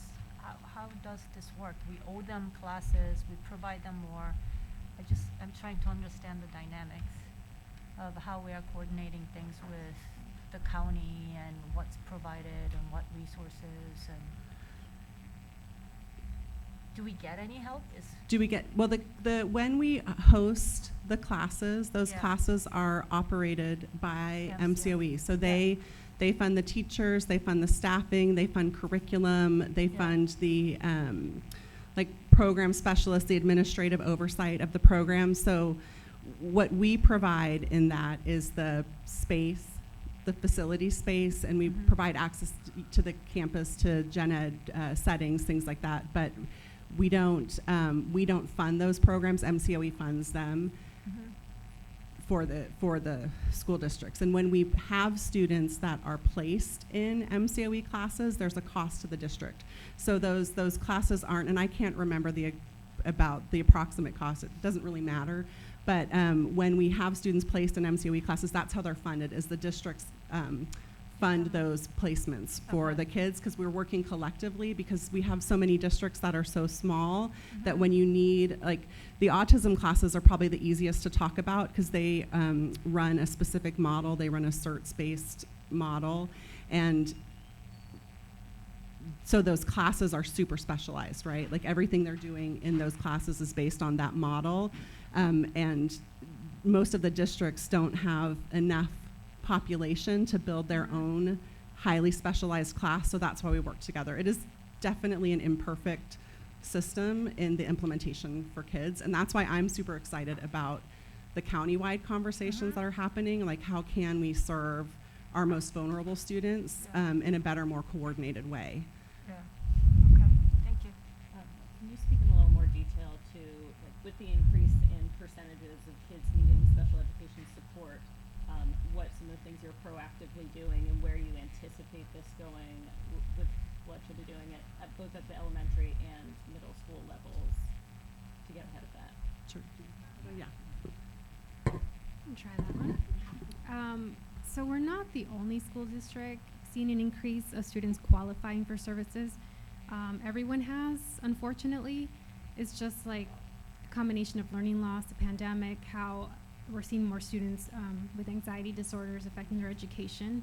We do have tier 2 interventions, and that's really where we really need to start targeting and providing services interventions for kids instead of waiting to fall further behind in order for special education kids to be labeled and access services. So we really need to concentrate more on the tier 2 intervention, and we've been working on that.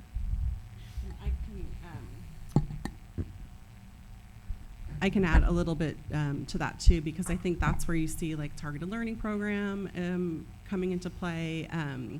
For the social emotional side, like we're seeing a higher increase, or we're seeing an increase particularly at the middle school in kids with either other health impairments or being eligible under emotional disturbance for anxiety, depression, things like that. So you know, we have increased counseling capacity in the district. The Wellness Center at the middle school is a huge initiative to address some of those needs that are leading to this increase. And again, it's common throughout all of Marin that everybody is seeing an increase right now in eligibility. In the one slide about, you know, this percentage has a speech, you know, challenges and then other, is that reflective nationwide? Like, is there anything outlying for us in that chart? I would say that the thing that is outlying a little bit for us is the OHI category. So often you'll see speech and language is generally the biggest piece of that pie for everybody. And then you'll see specific learning disability next to that. So definitely we've seen an increase in our eligibility under other health impairment. And it's interesting because when you look at state data, the state is super fun to work with because they always lag behind in their data. So you're looking at data from like a year ago or 2 years ago even sometimes. So I'm gonna be curious to see the state trends in that area, like as those come out. A little too late for the conversation tonight, but when we see those, because I expect that you're probably gonna see that increase everywhere. And I think that's correct, especially with the other, we're just seeing a lot of kids being, have these medical diagnoses for anxiety, and I'm assuming everybody's seeing that uptick in depression as well. Just because of the pandemic, the social isolation, coming back to school, the anxiety coming back to school, getting used to a new routine where they were used to just Zooming and just for a few hours. Yeah, it was pretty drastic. There's also been an uptake, particularly in our younger population, like in our early intervention evaluations. We are doing more rule out autism evaluations, and you know, these are very young children who didn't have a lot of opportunity to socialize during the pandemic. So it's not that they're all being found eligible under autism, but we're looking at that in more kids across the county than we might have previously. And then your comment about an inclusive environment is really telling in the rebuild or remodel or whatever for this school to better incorporate those classrooms. Yeah. And it's not a separate wing. Yeah, and those, and actually in spaces within the school and within the classrooms to support kids who might be having some challenges so that they don't have to leave the classroom. Like you'll see like calming corners in a lot of classrooms, things like that will definitely help support those kids who are having those social emotional challenges. Great, thank you. And I just wanted to thank you for your the efforts of your program and also just working with our teachers and our staff and our principals, because I've seen so much of the inclusive practices, and I really appreciate where we've seen, you know, commitment to the whole child and really providing the resources where students are able to be back in their classrooms or in their environments. And I just really appreciate the early intervention, the commitment to the inclusivity. It's really just incredible. Thank you. And I haven't read them all yet, but on your way out tonight, if you check out the bulletin board in the back that the middle school librarian built, it's all about inclusivity, and the kids started working on that after Sam's last visit. Here. And then before Trustee Hodge has her hand up, I'm sorry. Welcome, Trustee Hodge. You were in and out for a long time, and we weren't sure what was going on, but welcome to, thank you. It's been the middle of the night for you. Please go ahead.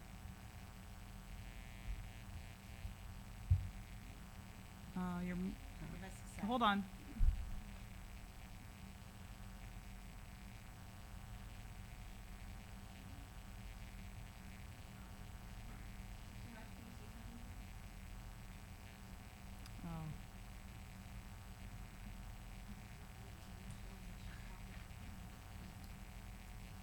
Unfortunately, we cannot hear you. She could drop it in the chat. Is it possible for her to type in her question and we could read it out Yeah, loud? drop it in the chat.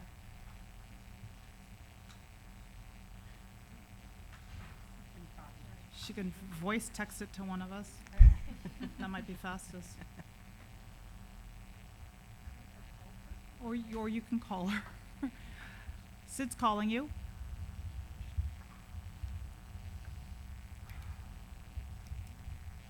Just say I heard lots of great feedback at the elementary level from the Sam Grayson assemblies as well, which is really an awesome part of making sure our students are coming along with us for the values we have.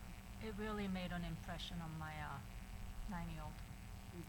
He was so excited about it, actually, and he made me Google Sam Drazen and. We'll let Sam know. That's Yeah. awesome. It really made an impression. I always hear him described as the real deal, which you get after you meet him. You're like, oh, he is the real deal.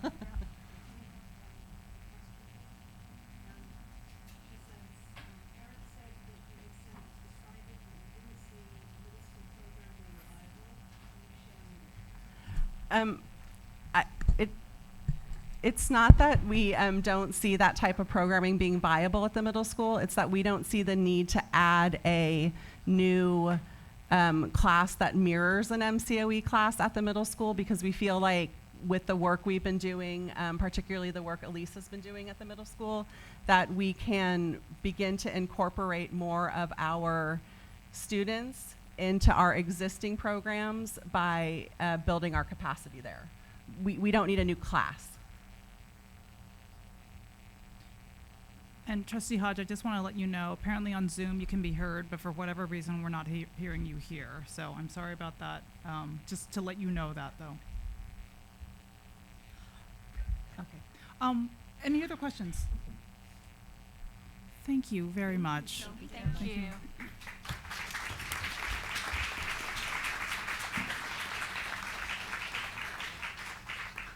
And next we have Julio Arroyo, who will give us a Measure G update. Thank you, Julio.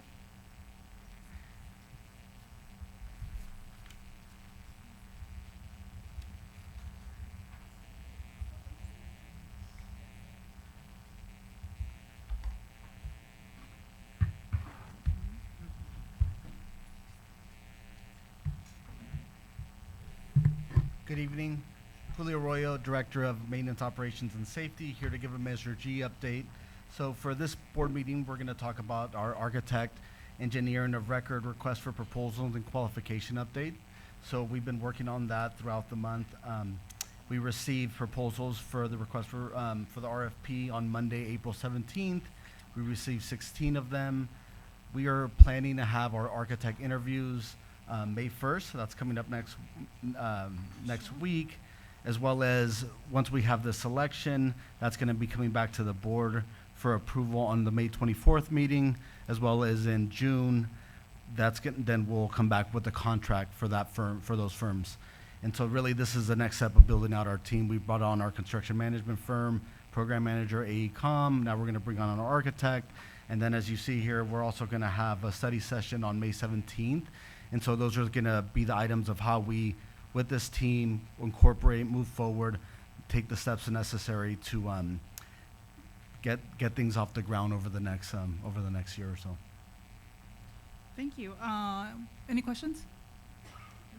Can I just wanted to ask, do you have any idea of like breaking ground? And don't worry if you have to tell me that it's Not yet, because it really is important once we get our architects on board, and then they're going to create a feasibility of all our sites and kind of look at everything, and then as well, then we have to make a decision around construction methods, and so those things still need to take place for us to have an outlook about what are going to be the next steps in terms of breaking ground and so forth. So we're still a little bit of ways off. Any questions down? I know we're looking forward to the May meeting, so I think we're kind of saving a lot of that for that. But I will ask, have we started the process of hiring a geotech engineer? Not yet. Once we have our architect in place, those are some of the next procurements that we're going to be working on. So hazmat, geotech, CEQA, those are the things you'll be seeing coming to the board. And so once we have these, our architect and with our CM in place, and then construction methods, and we'll be going forward on those areas. Okay, great. Thank you. Okay. Okay, now we are going to move to, thank you, Julio. We are going to move to public comment. Before we start, I could see, yay for public comment. So I will ask, please, if you could withhold applause or cheering, because we don't want people to come and speak and feel that because they weren't applauded or cheered for, that to make them, feel uncomfortable or uncomfortable about even talking. So I will please ask you to withhold applause and cheers and shouts. Thank you. And going to public comment, I think the first MVTA, thank you again for consolidating your comments into 10 minutes. I believe you are first up.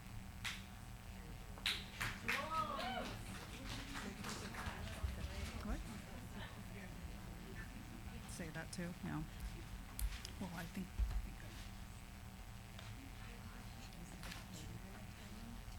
Well, they have 10. We're going to do 10, 10, and we've got a couple of 2. So I think it's, but yes, go ahead.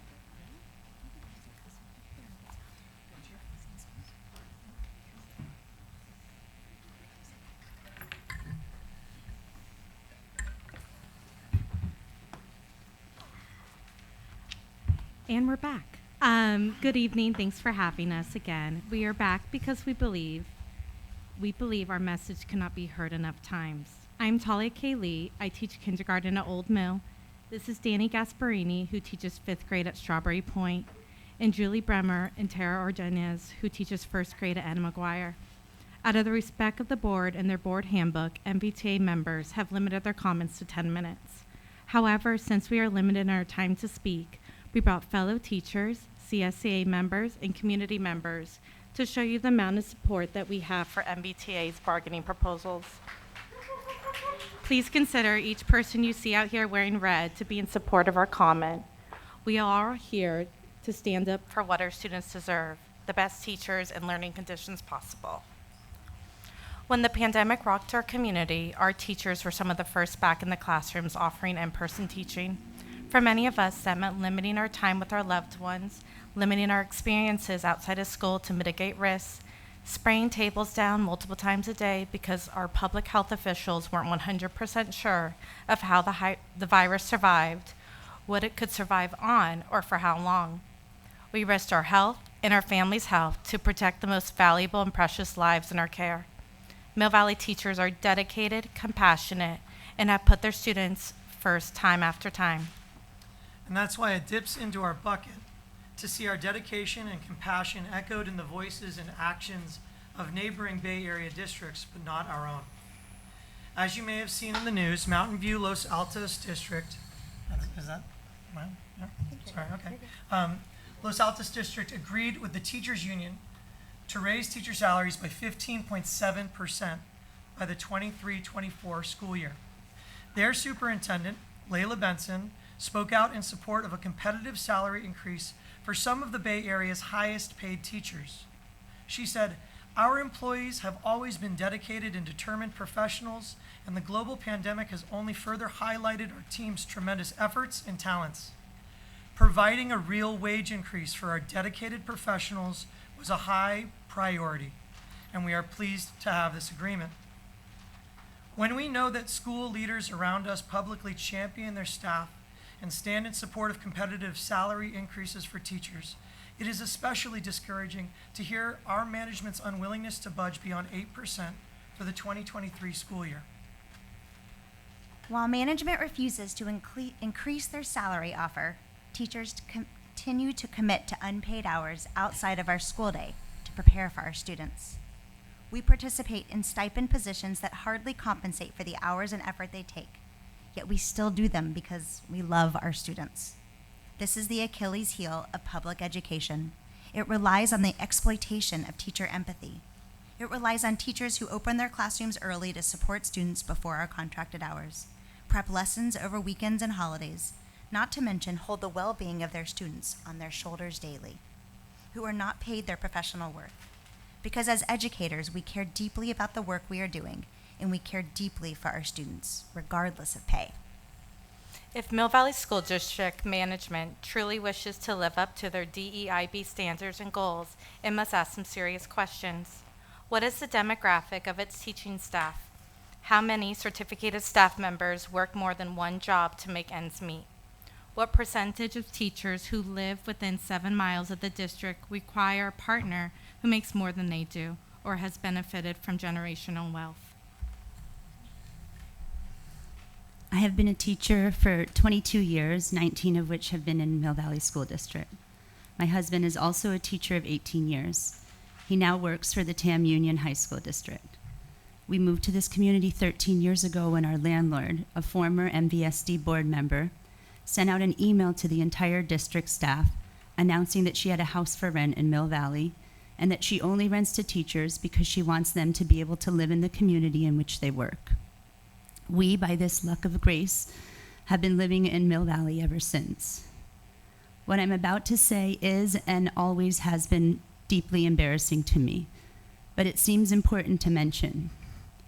This well below market value housing option is the only reason we have stayed in Mill Valley. We have never been able to afford living here. We have struggled financially through the last 13 years, and it was often incredibly challenging. As 2 full-time teachers, we took on tutoring jobs, catering jobs, started a summer camp, and more. And we have consistently lived in debt or paycheck to paycheck until 2 years ago when all of our children were finally out of daycare. The daycare provided us a need-based scholarship that ranged between 50 to 75% for the 10 years our kids were collectively there. We have also received need-based scholarships for sports for our children. We are still just able to breathe. A few years ago, they opened low-income housing in Corte Madera. We went to apply and we were $1,000 above the gross annual income guidelines for low-income housing. This is 2 full-time teachers with master's degrees and an enormous amount of experience. We don't take vacations where we fly, we drive, and we most often camp because it is cheaper and you don't have to rent a car when you get there or find a house sitter for your dog. When we teachers stand before you and ask for a cost of living increase, we are not doing this to make huge amounts of money. No one enters this profession with that being their goal. This profession is a calling, but we need to have a living wage to be able to attract and retain teachers who are able to afford living in this area. Comparing us to other teachers in other districts who are also having a difficult time making ends meet and affording to live in the Bay Area doesn't mean that we are getting paid enough. I implore you to consider giving us a salary increase that helps to balance the impact of inflation. Gas, food, rent, and clothing costs have all increased significantly over the past several years. Our salaries should keep pace with this. Hey, guys, I Teachers- asked really nicely. I know it's important. I asked nicely if you could please keep your applause and cheers to yourself. So, thank you. Teacher salaries have been stagnant over the past years. And this is not a reflection of a money problem. This is a priority problem. An 8% raise is not reflective of a professional worth. It does little to match the cost of living increases and inflation that have penalized our paychecks for years and perpetuates gender pay discrimination. District management has the opportunity to be a change maker, to pay its teachers commensurate with their professionalism, expertise, training, and years of service. We cannot lead if we are simply following in the footsteps of Larkspur, Corte Madera, Kentfield, Miller Creek, or Reed. At the last 3 board meetings, you have heard from many Mill Valley educators on the topics of class size, prep time, aid time, and compensation. Rather than try to think of another way to express, we want to quote some of our very wise coworkers on this topic. While it might not seem to be alarming to you if we have a few open teaching positions in August, put yourself in the shoes of a 6th grader who's in a new school and has had a cast of rotating teachers, many of them substitutes without a teaching credential. I wish we could fix the nation's teacher shortage right here in this room, but we can't. What you can do is pay Mill Valley teachers a salary that helps to retain and attract the best teachers in the county. Danielle DeBaugh. The larger the class, the less personalized the student experience. The larger the class, the fewer teacher-student contacts are during the school day. The larger the class, the greater the focus is on management, and as a direct result, the type of instruction, intervention, and extension that you can provide is limited. Please keep our class sizes small. It is what is best for our students. Kate Kelman. Prep time and aid time are important factors in our working conditions. It seems important to point out that our working conditions are our students' learning conditions. Don't all of our students deserve the best learning conditions possible? Jennifer Foskett, Anna Curtis, and Karen Engel. In summary, our district has earned a well-deserved reputation for academic success, as evidenced by our high test scores and recognition as a District of California Distinguished Schools. This achievement is not an accident. This achievement is due to our overachieving commitment to the field of education and our ability to attract and retain the very best teachers who inspire and challenge our students to reach their fullest potential. Beyond our students and families, teachers are the most valuable asset. If you want us to teach them, protect them, coach them, soothe them, nurture their minds and souls, and take a bullet for them, then we ask you to trust us that we know what is best for Mill Valley students. You need to trust us when we tell you when class size matters, aid time matters, prep time matters, and compensation matters. You can't have it both ways. Please, if you value your teachers, pay them their professional worth. Thank you. Thank you. Thank you for your time. So we have another group. There's people from Edna McGuire speaking about class size. Were this group able to put forward 4 to 5 speakers at 2 minutes apiece? We're happy to all come up and have no transition and just go boom, boom, boom, boom for you. There are, let's see, 1, We don't know 2, who Mitch Joe is. 3, okay. 5, 6, 7. Oh, there's a student who actually wants to speak too with us. They filled out a public comment. Okay, definitely. 2 minutes apiece. Thank you, Alex, for organizing yourselves. We're gonna go 2 minutes apiece. Thank you. Please, I didn't read the whole thing about we value public opinion, or not public comment. And please just identify yourself before you start speaking. Thank you. This friend's gonna go first. Hi, thank you. My name is Jackson Beard. I am 8 years old. I am in 2nd grade. I graduated preschool on Zoom because of pandemic. My kindergarten was on Zoom at Edna. In 1st grade, it was hard back in class. Some new kids he didn't know to make friends. In 2nd grade, now my class has a lot of kids, a lot of boys, and we have a lot of energy too. I wish our classes were smaller. It would help me learn better. Thank you. Thank you.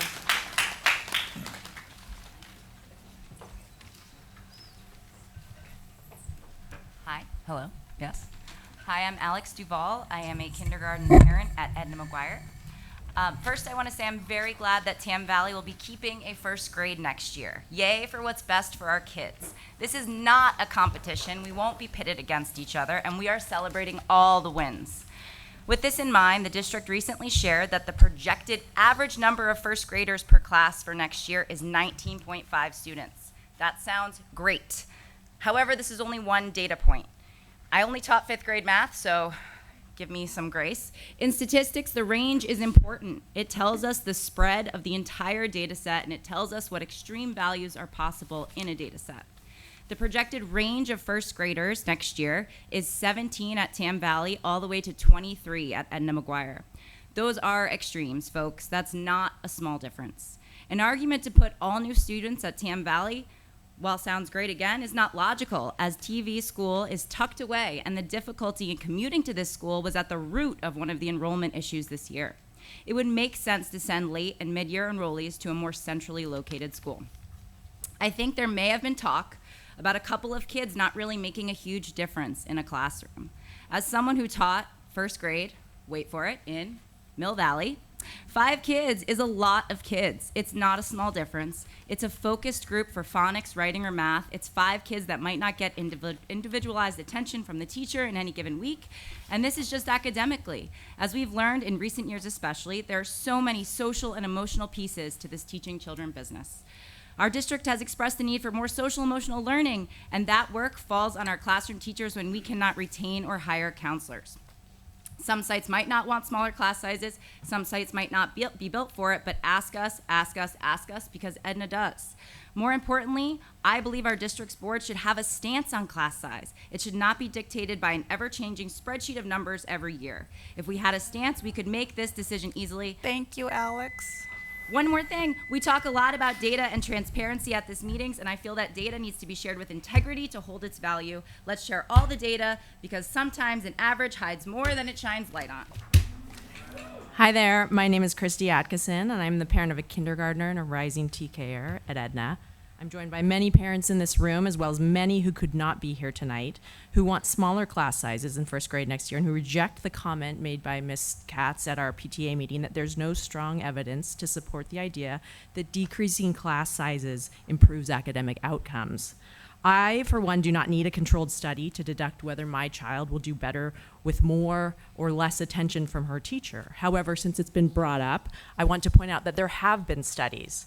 I can point to 4 large ones, including 2 of the biggest ones, the Tennessee Star study of 1989 and the California Class Reduction study of 2002.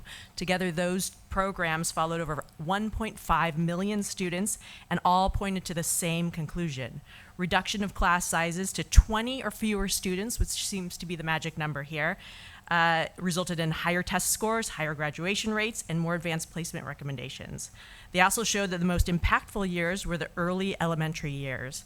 And follow-up studies showed that those students in smaller classes did much better academically when they rejoined larger classes later in their education. We currently have 3 classes in place already. Please let us keep them to keep our first grade classes at the optimal capacity. And now if you want to talk about equity, which is a word that's been bounced around a lot lately, what about the fact that Edna has one of the most socioeconomically neuro and ability diverse populations of the district who depend on resources, namely smaller class sizes?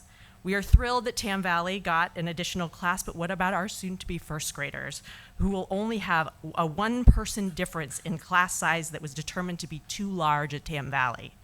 Parents there argued that their kids were falling behind at 24 students per class. First grade is a huge year for reading and math. Please don't let falling behind become the only catalyst upon which we take action. I ask that you keep our class sizes to 20 or fewer students. Thank you. Hello, my name is Patty Robbins, and my 6-year-old son is currently a kindergartner at Edna. It's been a great year. He loves his teacher, the aide, and the student teacher who have been helping this class of 23 kids. I'm speaking today to ask the board to reconsider the decision to decrease the number of first grade classes at Edna from 3 to 2 next year. It's my understanding if we only have 2 classes, each class will have 22 or 23 or even up to 24 students. And as other parents have said, this is simply too many kids with only 1 adult at that age. First, a procedural point. Bylaw 9000 on the role of the board provides that one of your duties is to, quote, set policy for hiring of personnel. I urge you to propose and adopt a formal policy for when the number of classes will be decreased. For example, such a policy might provide that if enrollment declines to such a degree that the average class size is below X district-wide and below Y at a particular school for a predicted amount of time, like Z years, a classroom would be removed. Adopting this type of policy would allow the community to weigh in on what the minimal viable classroom size should be and provide transparency. Without this type of formal policy in place, these decisions seem arbitrary and might be based on who complained the loudest or earliest. I would ask you to begin the process of adopting this type of policy and to prepare for potential future years of declining enrollment in that way, and refrain from removing classes, including the first grade class at Edna, until such a formal policy is in place. Second, on a personal level, I mentioned my 6-year-old is in kindergarten at Edna. My 3-year-old daughter wears bilateral hearing aids and is currently in the Marin County Early Intervention Program at Magnolia Park School in San Rafael. This public school program is amazing, has a teacher plus 2 aides in a classroom with 7 children. When she's eligible for TK in 2024, I know it will be a big transition to attend a class with 22 to 24 kids. I'm comforted to know that with aides in the room, the ratio will really be more like 1 to 11 or 1 to 12. So now I'm actually more concerned about the leap to first grade when the new expectation might be a room with 1 adult and 22 to 24 kids. There simply would not be enough time to check in with her to ensure she's hearing and understanding the instructions in the classroom. Thank you. Hi, my name is Scott Ellison. I have a 6-year-old son in kindergarten in Mrs. Aronson's class. He's got a big class, 22, 23 kids, and managing that many kids, Mrs. Aronson's doing a great job, but it's no joke. I have 12 of those kids on my t-ball team right now, and I have 2 other coaches helping me, and I love it, but it's the most exhausting part of my week. Just to talk about this, if a third first grade class is maintained at Edna, I do understand it would result in about 16 kids per class, but I think that's really frustrating for me, and I think a lot of the other Edna parents here that we don't look at that as a good thing. I think that, I think when we think, Chrissy talked about, there's a lot of studies that have been done that show there's positive academic outcomes when there's less than 20 kids in a class. And I think that instead of having Tam Valley, which is the small class sizes, it seems great to have 2 options on 2 different sides of town. Edna's centrally located, and it just gives families more of an option to have something that's close to home. And I think instead we're left with the position that we have 23 to 24 kids in a class at Edna, which is nearly full capacity, and it doesn't leave any room for new families. I know it's been said in recent meetings that there's not much of a difference between 2 students, but if that's the case, then what does it matter if there's 18 at TAM and 16 at Edna? It just seems like logically it shouldn't really matter. And if we're speaking about equity again, it's a much bigger difference if we're having a 6 difference in the students in the classes between TAM and Edna. And I know we want to keep it equitable across the schools, but Park and Old Mill, they don't have the ability to add more classrooms. Edna was built with taxpayer money, and it was set up to support 3 classes per grade. And I know we're considering enrollment numbers, but larger classes are only going to adversely affect enrollment, and it's going to inevitably drive more people to private schools that offer smaller class sizes. That's a big reason why people go to private schools, and we don't want that. I think we want to support those people here in the public school system if we can. And I already have 3 family friends that have honestly done that exact same thing just because they wanted a more conducive environment for smaller class sizes. When TAM was pushing for smaller class sizes, Edna families signed the same petition that was presented to the board, similar to what's been offered to them at TAM. Since Edna has the space and the teaching resources with all these amazing teachers, I would hope that there'd be the same shared desire among everybody here. Thank you. Hi, my name is Sarah Davis. I'm the mother to 2 Edna kiddos, an 8-year-old second grader named Doc and my 6-year-old kindergartner Toller. We are back at Edna after leaving the school during the pandemic when Doc entered kindergarten on Zoom. At first we thought, wow, this teacher, Mrs. Harper, she is doing incredible things on the internet, and we will see this through. Then one day, zero notice, Mrs. Harper announced she was retiring and our class would be dispersed across the remaining kindergarten classrooms within the next 24 hours. That is what happens when teachers get moved around after teaching a particular grade for nearly 2 decades. It's not the same to just employ them with another role or have them teach another grade. You take their heart and their soul and their talented teaching teams with it. You lose talented educators and then set us up for a whole new set of challenges if and when enrollment ticks back up. Should you proceed with eliminating a first grade classroom at Edna next fall, we're not just looking at this fall's first grade. What will happen the following year with second grade and third grade and so on? My kindergartner Toller is working through a phonological disorder and articulation delay that developed during the pandemic. While the world masked up, these sweet young toddlers had no choice but to learn phonics through masked educators. The challenge in teaching and in learning sounds without being able to show a child the formation of your mouth and your tongue and where that sound comes from and how it's made is quite challenging. As a family, we are fortunate enough to ensure that Toller receives weekly speech services through a private service, in addition to the services she receives that are wonderful at Edna. And we also have her working with a reading tutor twice a week. I also cannot say enough wonderful things about her current kindergarten teacher, Mrs. Aronson, and their aides. All this effort and supplementation has her just barely keeping up with her peers in class, and she is just hitting the benchmark at each term's evaluation. With larger class sizes and fewer resources supporting that volume, it is the perfect recipe for children to fall behind, many of which, even living in Mill Valley, cannot afford or simply cannot manage the time it takes to Thank you very supplement. much. I will also mention before I end that there's been no real discussion about adding aides if this is the real direction we're headed, and it will not work. We will be having a whole new problem of catching these kids up. Thank you. Hello, I'm Charlie, dad to Maya, second grade at Edna, and Jack in kinder. Look, after my daughter had an amazing first grade experience with one of these fantastic first grade teachers here, it's my wife and I's real desire that our son is able to benefit in the same way. However, it is a real concern that this will now not be the case. To understand that the board, as elected guardians of our children's education, are choosing to remove a first grade class from Edna, which will increase class sizes as we've heard, reduce teacher-student attention, and remove a long-established and much-loved first grade teacher, seems utterly at odds with the board's responsibility to give our children the best possible education. Given COVID's impact on their preschool years, to ignore any opportunity to give next year's first grade more teacher attention from slightly smaller class sizes doesn't make sense, especially when this appears to be decided in part due to other schools preferring, as is their prerogative, as has been mentioned before, larger class sizes to accommodate siblings. This decision not only ignores the opportunity, but will actively decrease teacher attention per student. And how can this be a decision that puts children's learning first? So, along with my fellow Edna parents, I urge the board to reconsider this decision and to agree tonight to further discussion. This is about the children. Now, they aren't here tonight, but they wanted you to have this in the hope that you'll hear their voices too. Thank you. Thank you. Hello. First of all, thank you for your time. I'm Anushka Dirks. I'm a parent of three. I'm sorry, two could you- children. oh, okay, sorry. Yeah, I didn't whom two children currently attend Edna McGuire. And while you've heard here from many passionate and concerned parents this evening, I'd like to present you this letter that we drafted earlier this week. It has 141 signatures of parents who support all of the points that were just hit by these wonderful parents talking about how we think it is important that we keep smaller class sizes. Many of them being parents of next year's first graders at Edna McGuire, and this speaks volumes. So please do what's best for all students, because we stand here as Edna parents not only to make sure our children will benefit from smaller class sizes, but also other future incoming students.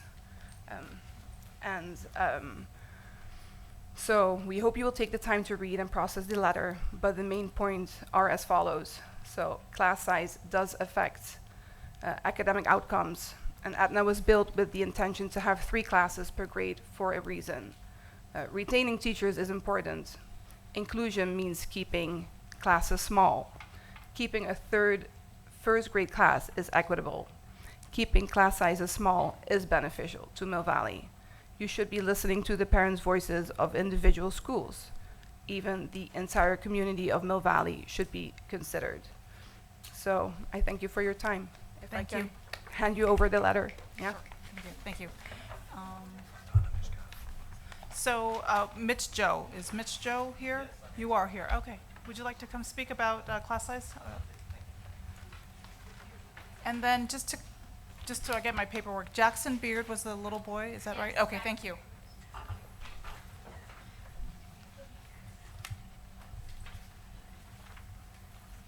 Thank you. Oh, go ahead. Sorry. Thank I you. prepared 3 minutes. Is that okay? No, I'm sorry. It's 2.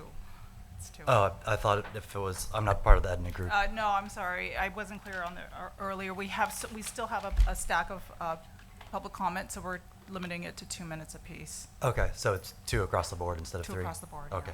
Yeah. Thank you. Sure, I'll try to keep it to 2. Hi, everyone. I'm Mitch Joe. I'm the father of a first grader at Tam Valley Elementary, an incoming kindergartner, and a preschooler. Like so many others in the community, I was really disappointed to hear the Mill Valley School Board had decided to maintain only 2 kindergarten classes at Tam Valley next year when there's parental and teacher demand for a third. And I'm sure there would be student demand too if they could better articulate their cute little voices. To me, it seems like the school board is deciding to maintain a system that isn't working. And why would they do that? Because they corrected the proposal to decrease the first grade class from 3 down to 2, and now it's going to be 3 again. It seems like it should be the same thing with kindergartners. It was 3, and now it's 2, and 2 wasn't good, so it should bump back up to 3. Feels like there's something wrong, and we need to fix it. The state of Florida recognizes what's wrong with larger class sizes, and they limit it to class sizes for kindergartners all the way up to 3rd grade to just 18 students. And good for them, because don't we all think that those students with a greater amount of personal attention and energy given to them in their education and their growth will have a better chance of succeeding in school and in life? I think that, and I'm upset that it seems like the Mill Valley School Board does not think that. It saddens me to think that what we're doing to our kindergartners in Mill Valley would be illegal in Florida because it's considered to be that harmful. I wish we would lead, not just do whatever is easiest until someone complains. I wish we would listen better to the complaints because, as with all things, if you don't listen to the whispers, then you'll have to listen to the screams. You have people marching in the street asking for this. You have me missing my favorite weekly activity, soccer. Kickoff starts in 1 minute. To show up with getting over a cold to help make this happen. My mother used to sadly say that the city doesn't think an intersection is dangerous until someone dies in it. That's, of course, absurd. The city's wrong. It was dangerous. That's why someone died.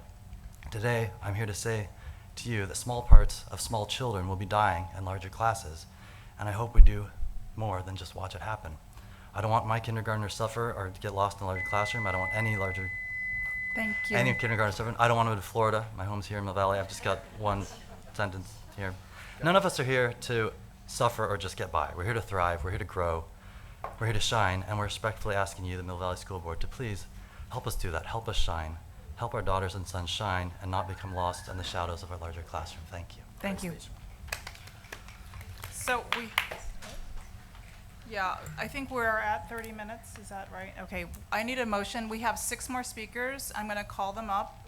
I'm going to call all 6 if you guys can just be ready. But first, in order to extend public comment, I need a motion from the board to extend it for 6 more speakers, with roughly 12 minutes. Could I get a motion to extend public comment? We don't. We have, no, these are. Do you need a motion?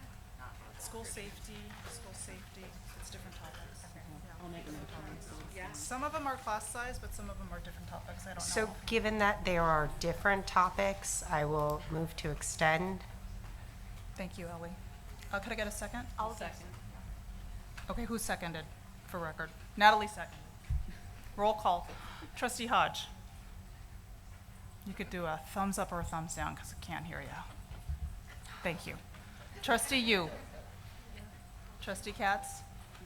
Trustee Abdoli. Yes. And I'm Trustee Nakatani, and yes.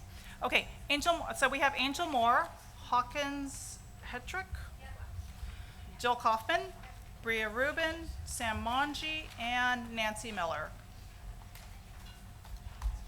Angel, thank you. Sure, thank you.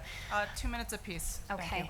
Hello, my name is Angel Moore, parent of kindergartner Eloise Moore, 2nd grader Cecilia Moore at Tam Valley Elementary. Thank you all for your time and your attention.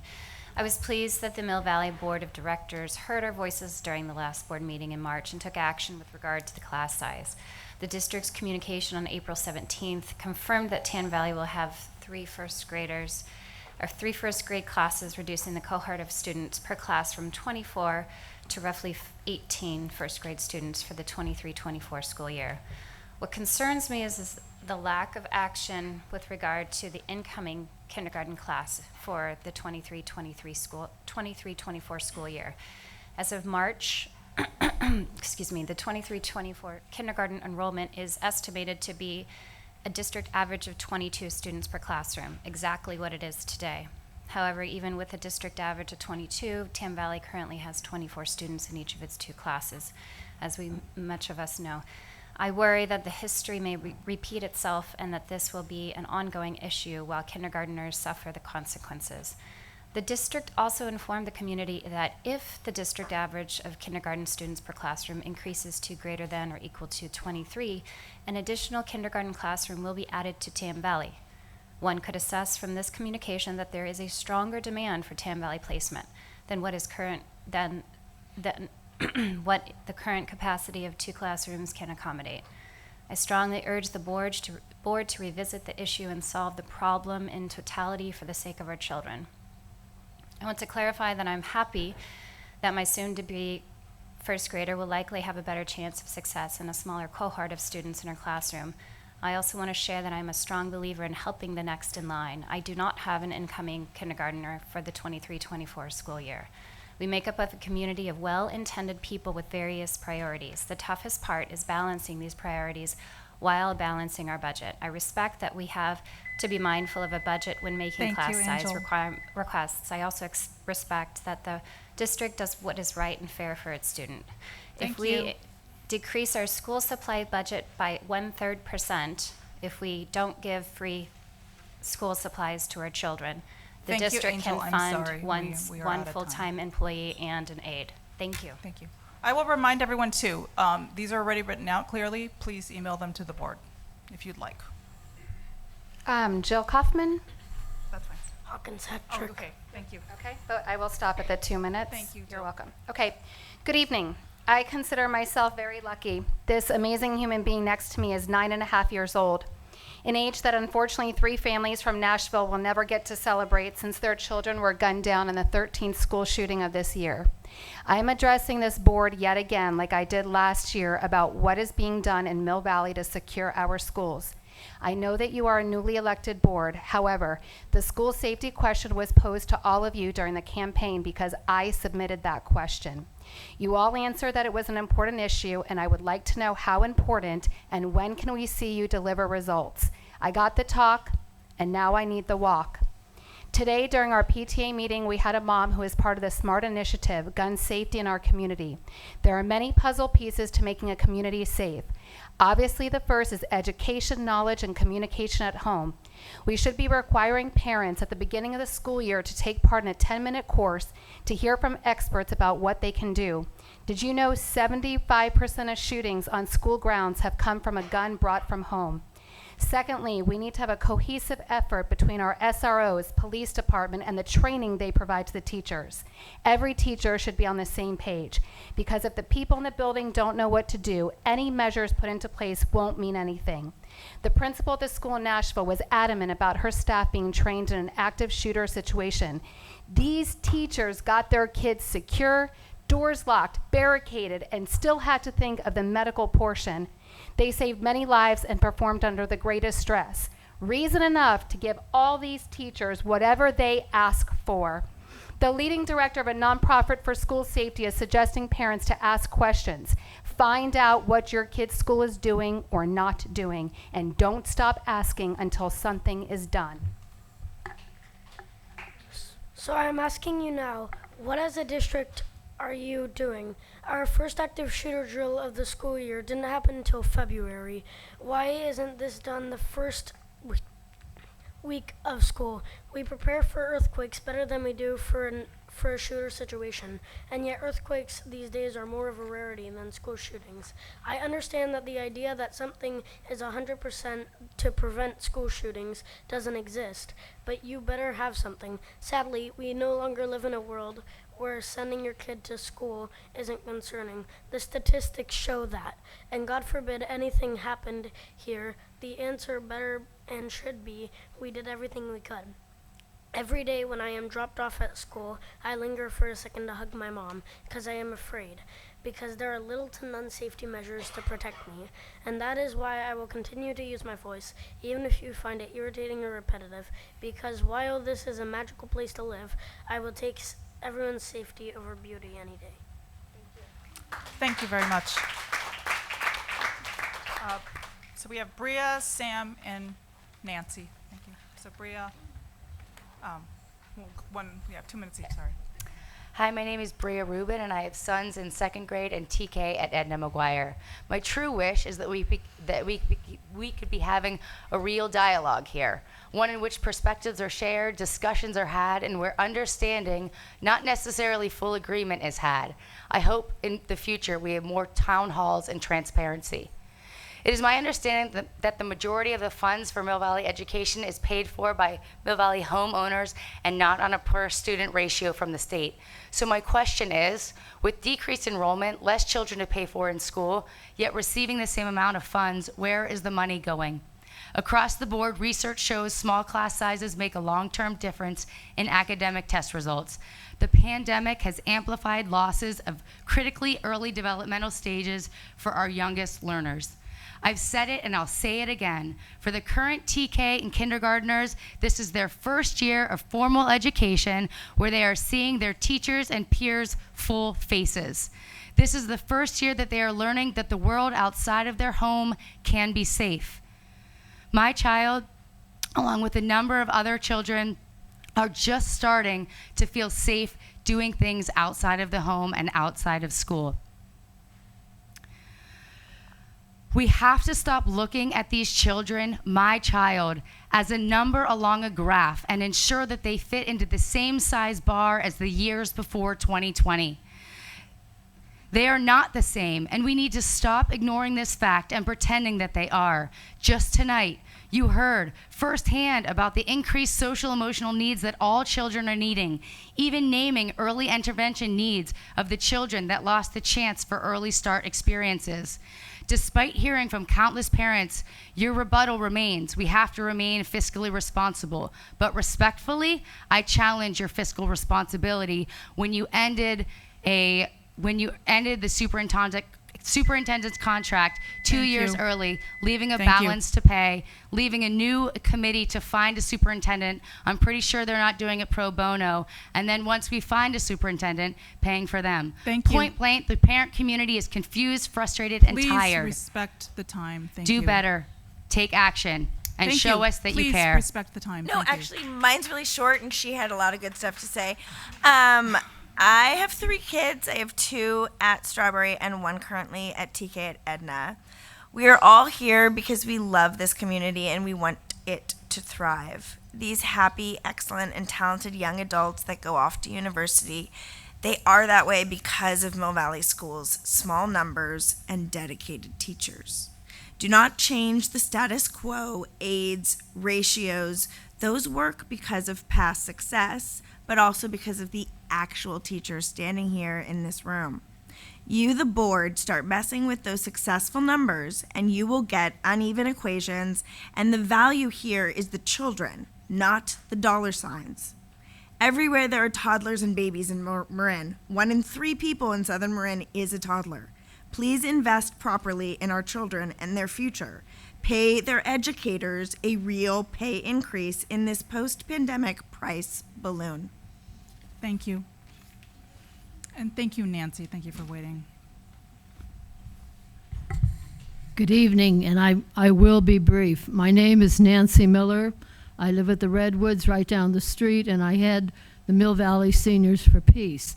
I know for sure at least 3 of you sitting on the board are very familiar with our organization. And what I remember from when you interviewed at one of our forums, that you mentioned that one of your greatest concerns was teacher morale.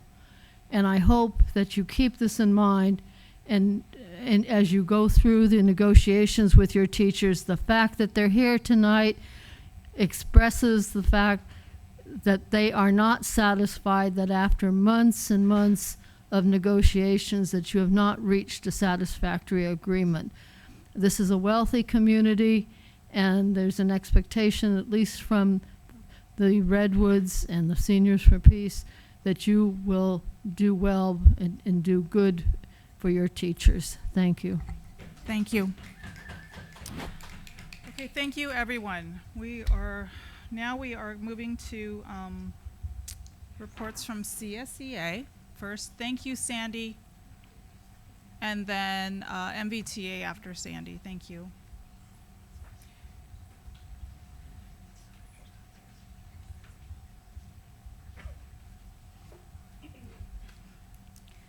Good evening, Dr. Berman, Dr. Rollins, and school board. This year, there were 2 full-day negotiation sessions on March 17th and April 4th between the CSCA Chapter 360 negotiations team and the Mill Valley School District team. The sessions were productive and respectful throughout both days. The CSCA team did not feel pressured to settle with the district. The Chapter 360 negotiations team represents 93 members who are 1 to 8 hour a day employees, 9.5, 10.5, and 12-month employees of 25 job classifications. Many of our dedicated members have long commutes from residences in the Bay Area to and from Mill Valley. Many also have other jobs after their workday here is done to make ends meet. Through the pandemic, your classified members also had to be very flexible and dedicated to support students, staff, and facilities.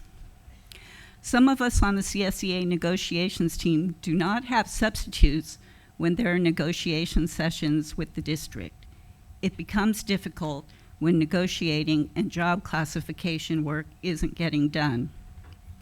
Also, there are very few classified substitutes available in general. The CSEA has experienced the start of a new school year without a contract for benefits and wages on 2 occasions in the last 18 years. In both instances, it was a hardship for all members with health benefits to incur the difference in the amount of past and current school year costs to health benefits, with the amount being subtracted from paychecks in September or October and then being reimbursed for the difference in December. Members were very clear that in the future it was important to try to negotiate a tentative agreement and ratify prior to the last June school board meeting for approval. In an effort to attract and retain classified staff, it is an advantage to be able to display the next salary schedule of range and step when posting positions on EdJoin or other avenues for recruiting. Human Resources had challenges filling 1 to 3 hour positions this year. The Mill Valley School District has finally reached the minimum of $20 per hour for classified staff with the 2023 to 24 8% raise. Effective July 1st, 2023, the classified salary schedule shall be increased 8% on schedule if any other bargaining unit in the district receives a higher percentage increase to salary, including one-time payments, if any, then the foregoing settlement with CSEA shall be increased to equal the difference. Adding this clause in our negotiation was not intended to cause anyone to be upset with the CSEA. Previously, on different contract cycles, the MVTA sometimes negotiated for 2 years and the CSEA for 1 year. The CSEA in the next year would typically receive the same on-schedule percentage that the MVTA already established. There were years when the CSEA opted to add a step in the salary schedule and received a smaller on-schedule raise than MVTA. The CSEA and district negotiations were only for 2023 to 24. If the MVTA negotiated for a 2-year tentative agreement, the CSEA will not automatically receive any on and off schedule raises for 2024 to 25.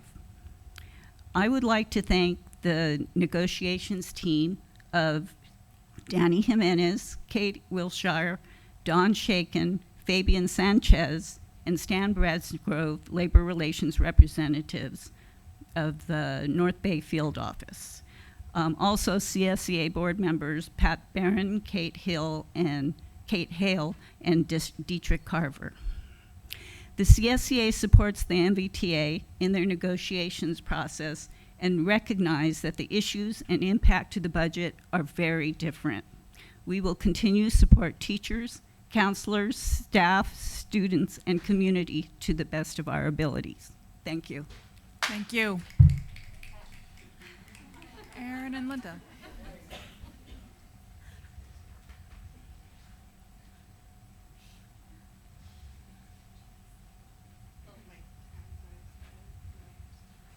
Could we restart the clock, please?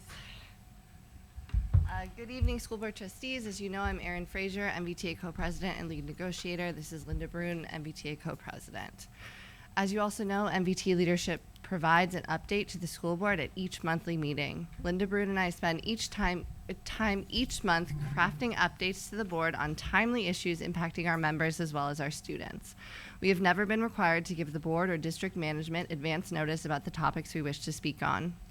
This week, I spent many hours preparing a statement for tonight's board meeting, as I always do. Tonight, I plan to speak about the most pressing issue facing our students and teachers today, the status of contract negotiations between MBTA and district management, and the student-centered rationale behind MBTA's reasonable proposals for a salary increase that would make steps toward keeping up with the cost of living. I was told tonight by the board that I would not be able to give my presentation and that they would not share my slide deck on the screen for the in-person and Zoom audiences. The rationale I was given is that the presentation was too long and MBTA is only allocated 5 minutes. We have never been limited by time before tonight. As I said in public comment at 4 p.m., MBTA members are extremely limited in their ability to communicate to management, to the school board, and to the Mill Valley community about our student-centered bargaining proposals and why they will make a difference for our students. We have written countless letters and public comments to the school board over the last 3 months, and we have seen very little movement at the bargaining table.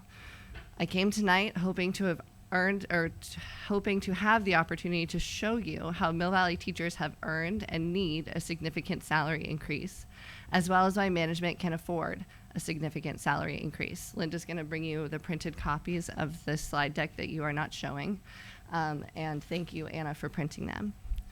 As you can see in the presentation that I prepared, collective teacher efficacy has been called the most important indicating factor for student success. You cannot find a group of teachers who better embodies teacher efficacy than those in Mill Valley. Our collective efficacy is on display every day in our classrooms, as well as in the recent California Distinguished School Awards. In addition, Mill Valley students' CASP test scores in the 21-22 school year were significantly higher than the rest of Marin County, and as well as the entire state. The best way to serve our students is to continue to empower our highly skilled educators to do what they do best. Mill Valley educators have proven that we will continue to deliver what our students need. Our teachers deserve compensation that is a fair representation of the invaluable services that we provide every day. We are essential, and we are looking for a reasonable wage. Also in my presentation, you will see that Mill Valley teacher salary increases have not kept up with the cost of living, and that we are indeed in need of a significant salary increase. Last year, COLA was 13.26%, and the Mill Valley certificated staff received only a 3% salary increase. In the lens of COLA, you could say that teachers took more than a 10% pay cut last year. This year, inflation in the Bay Area continues to reach unprecedented levels, and teachers who commute long distances are disproportionately affected by the inflation on energy prices. Housing is another important factor. On a starting teacher salary in Mill Valley, if you follow the advice of financial advisors and spend 30% of your income on housing so that you can also afford food and other essentials, it is not possible to find an apartment to rent in the entirety of Marin County on apartments.com. While Mill Valley housing prices continue to rise due to many factors, including our incredible teachers in schools, teachers are pushed farther out of Marin and will never be able to realize the dream of owning a home near the community where they work. The board's most recent communication to the public regarding negotiations would suggest that Mill Valley teachers are paid enough already.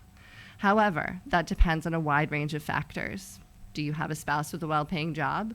Are you willing to commute an hour or more to and from work? Do you have dependents? Are you willing to work more than one job? Can you afford childcare? Do you need or even hope to save for your own children's college education? Do you benefit from generational wealth?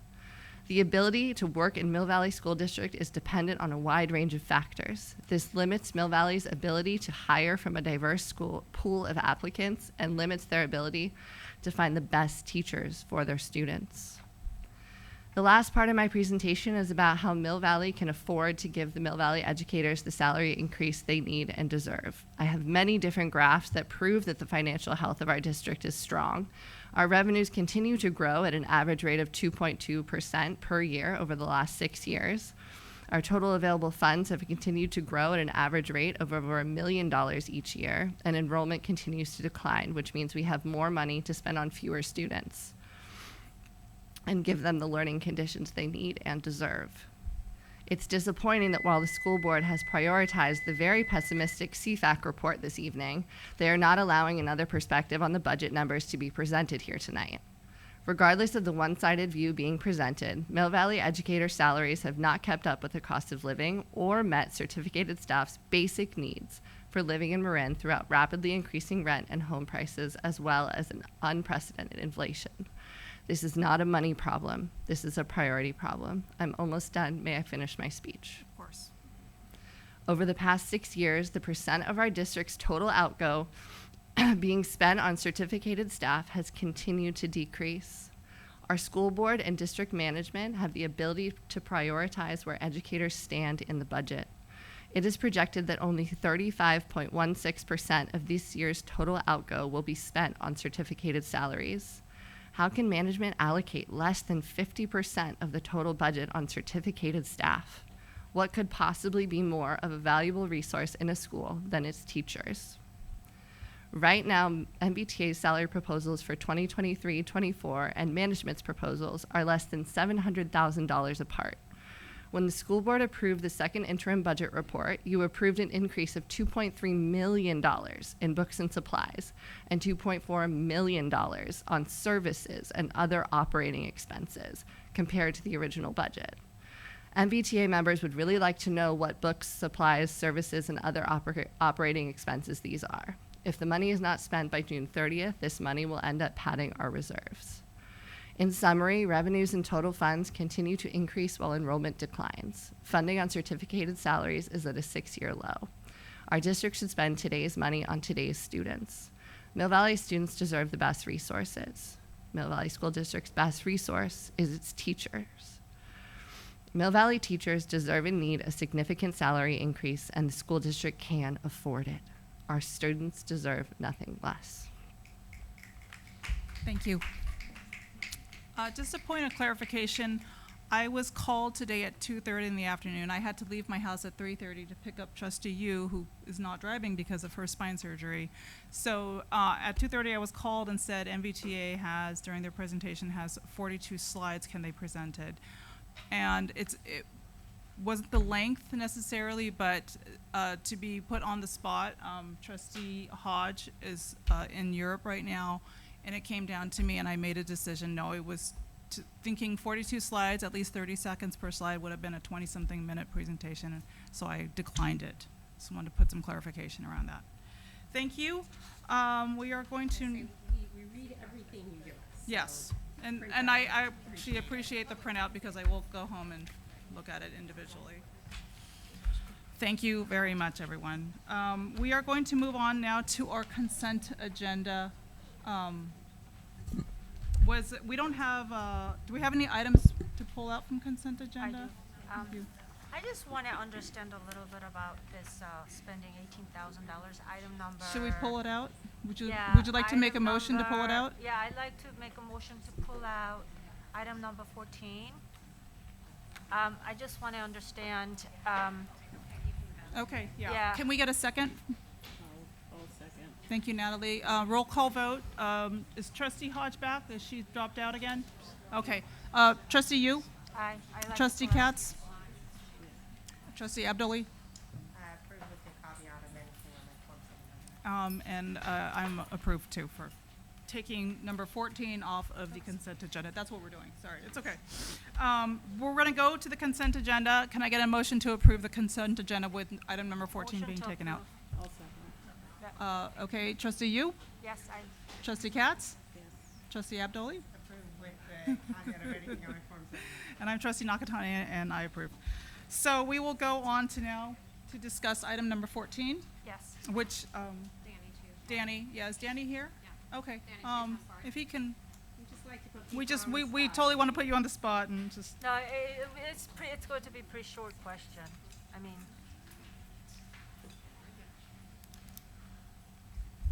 thank you, Danny.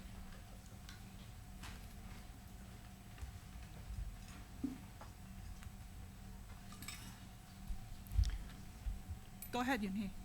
yeah, my concern is that this was approved before we, got Measure G approved by our voters. Mhm. And the fact is, our middle school will likely be demolished in 2 years. And would there, will we be better off spending $18,000 on something a little bit more permanent to celebrate gay pride? I think it's a matter of cost. I think it's important for us to do something. But if we are spending $18,000, I'd rather something be a little bit more permanent. Rather it's a mural on a new building, or make sure we have a space dedicated to it in the middle school, rather than spend $18,000 to paint the steps, just for that to be faded and demolished in 2 years, as we are. And since that was done before the Measure G approval, whether that would have been still approved post Measure G, can we do something different that might cost a little bit less money, or can we, do something more permanent later on? I am more than happy. Wow, I am more than happy to look at alternatives. This was a legacy project that came from last year, and so I put it back up, and I was told, hey, we had a green light for last year, put it back up again this year. We did get a green light this year, and now I understand the costs are exorbitant. I mean, I renovated my own house, and materials and supplies between me and my dad cost us $10,000 to renovate a house, right? We put in all the labor, so there's that. But it should not cost $18,000 to paint some steps in front of a school. Yeah. A couple ideas I was actually kicking in my head to make this more fiscally responsible is, like you said, if we're going to be tearing down and rebuilding the middle school in general, we could do something that's still honors inclusion on campus and is still good for the diverse bodies of students that come in and teachers and staff that come in and out. But it doesn't have to be something like painting the steps, which just costs us that amount. So one example would be like me going and buying some chalk and using chalk to do the same thing. It wouldn't have the same appeal as the paint. It's an alternative. I'm also more than happy to do it myself. Or mural. We didn't want to volunteer. No, mural from the students to celebrate, We've got a couple of mural ideas that are actually coming down the line, particularly for the wellness center. So I know that there are a lot of bodies and people involved in doing that. I don't know how much time and effort we can put towards like a second or a third mural, just because I know that there's already a teacher and a lot of students and another staff member doing that. But I mean, there are plenty of alternatives that we can look at, and I'm more than happy to discuss those. I know. see Julio.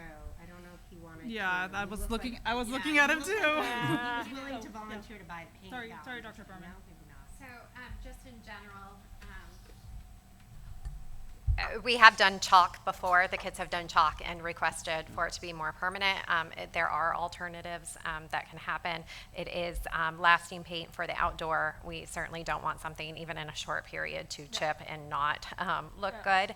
But it sounds like if you can make a motion to take this off or vote no on it tonight, we can work between Julio and Danny and their staff to really have a further conversation.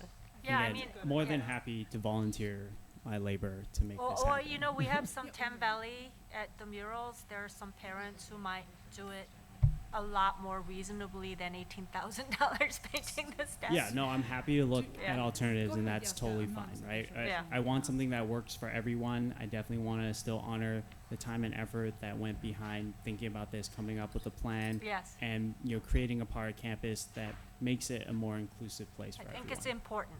Can I, Yeah. though, make a counter? I would say that I will absolutely support this if you think that it's the correct way to go forward, because I also value your time and your team's time, and so I also don't want to send you on a spending a lot of time finding an alternative or you know, trying to paint it yourself. If you think this is the right move, please do tell us, because that would influence my approval here. I 100% appreciate that. I'll also say we have very creative and talented folks, both staff and students, who, when hearing something like this, would say, okay, yeah, you know, let's put our heads back together and let's think of something else that we could do. So I think going back to the drawing board, coming up with something similar, coming up with something less costly is not going to be that big an issue. Yes, extra time for sure, but it's for something good and it's for a good cause. So you know, putting time towards those efforts is never a waste of time. But I think I think we should definitely do something permanently once we have a new building. I agree. Yeah, I agree with that. Yeah. You, please someone make a motion to. What motion do I need to? Make a Actually, we motion? don't need to make a motion. We just don't do anything. Okay. All Okay, right. I make a motion to vote no on the approval. I'll second. Okay. Roll call vote. Trustee Yu. No. Trustee Katz. Trustee Abdoli. And I'm Trustee Nakatani, I vote no. We will, but I mean, we love the idea. I love In the idea. summary, we love the idea. This is great, but 18,500 on paint that you told me might wear off in 6 months or start to wear off. I mean, you know, we're Put our talking about efforts. the front steps Yeah, of the we'll school, right? we'll so table the, this and- the foot traffic, you know, that would wear down Right. fairly quickly. Okay. Yeah. Yeah. It'll Okay, wear no for it to problem. be a All right. street. Thank you, Yeah. and thank you, Danny. Thank This you. is more of a, like, try it again, not a no. That's it's like, okay. No, I would like something more permanent. Yeah. Yes, I think okay, that's important. It's right here. Okay. Yeah. All right. Okay, so thank you very much. Now we're going to move on to J, Business and Financial Matters. We have Dr. Rollins presenting. Great. As CSEA had mentioned, we have a tentative agreement with the California Schools Employee Association, Chapter 360. So in advance of that, the board is required to review what's called the AB 1200 disclosure documents.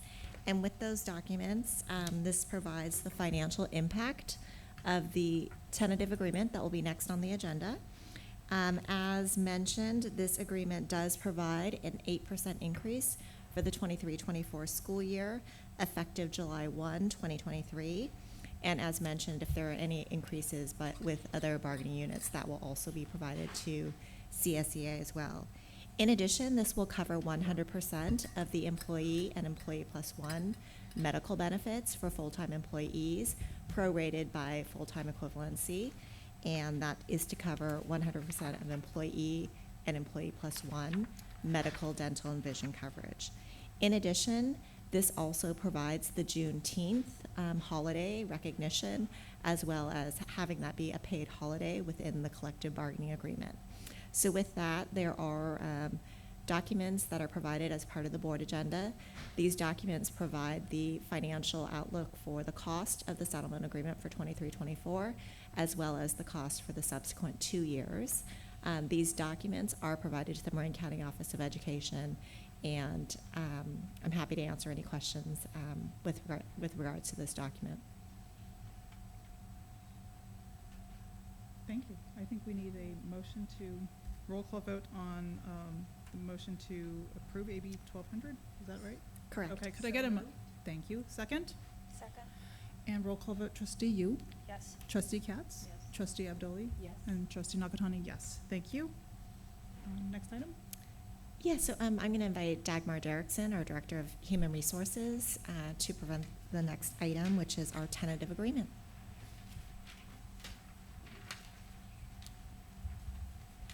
Thank you so much. So we are pleased to present to the board a tentative agreement between the Mill Valley School District and the California School Employees Association, Chapter 360, for the 23-24 school year. So negotiations concluded on April 4th after 2 negotiation sessions. We negotiated the following articles: Article 5, holidays; Article 7, hours of employment; Article 8, salary; Article 9, benefits; and Article 18, layoff language. So attached to the board agenda, you'll see the tentative agreement, the associated salary schedules, as well as the revised calendar for your approval tonight. Thank you. Could I get a motion to approve? Motion to approve. Second. Roll call, trustee Yu. Aye. Trustee Katz. Aye. Trustee Abdoli. Aye. Trustee Nakatani, aye. Thank you. Thank you, Dagmar. What? Thank you is Sandy still here? Thank you, Sandy, for CSEA. Thank you, Dagmar. Thank you, negotiating team, Mill Valley School District negotiating team, for coming to a settlement with CSEA. We appreciate it. Thank you. Thank you. Okay, now we're going to move on to K, board operations. This is fun. May 23rd, so the board is designating May 23rd, 2023 as the day of the Mill Valley School District employee. What? Yes, we have the day of the employee, and there's a resolution to read. Which will find it. Okay, do I just read this? Okay, here we go. Mill Valley School District Resolution number 11-2223, Day of the MVSD Employee, May 23rd, 2023. Today's date, April 27th, 2023. Whereas the importance of our dynamic teachers and support staff cannot be overstated in the development of our youth, whereas staff work tirelessly to encourage and challenge their students on a daily basis, helping in the development of well-rounded individuals, whereas classified school staff are an integral part of the school system and their work is vital to our children's success, whereas both teachers and classified staff are intertwined to create the outstanding school district we have today, be it resolved that the Mill Valley School District Board of Trustees do hereby proclaim May 23rd, 2023 as the day of the MVSD employee. Be it resolved that the Mill Valley School District Board of Trustees strongly encourage all members of our community to join in personally expressing appreciation to our teachers and classified employees. Passed and adopted this 27th day of April.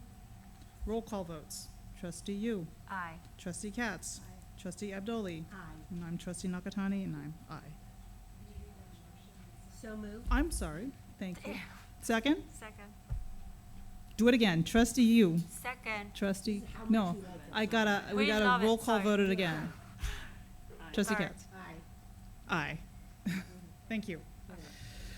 Thank you, everyone. Now we have CSEA policy updates. CSBA. It was written, I was wondering, it's like, little typo. So we have the first read of board policy updates. There's not, is there a motion on this?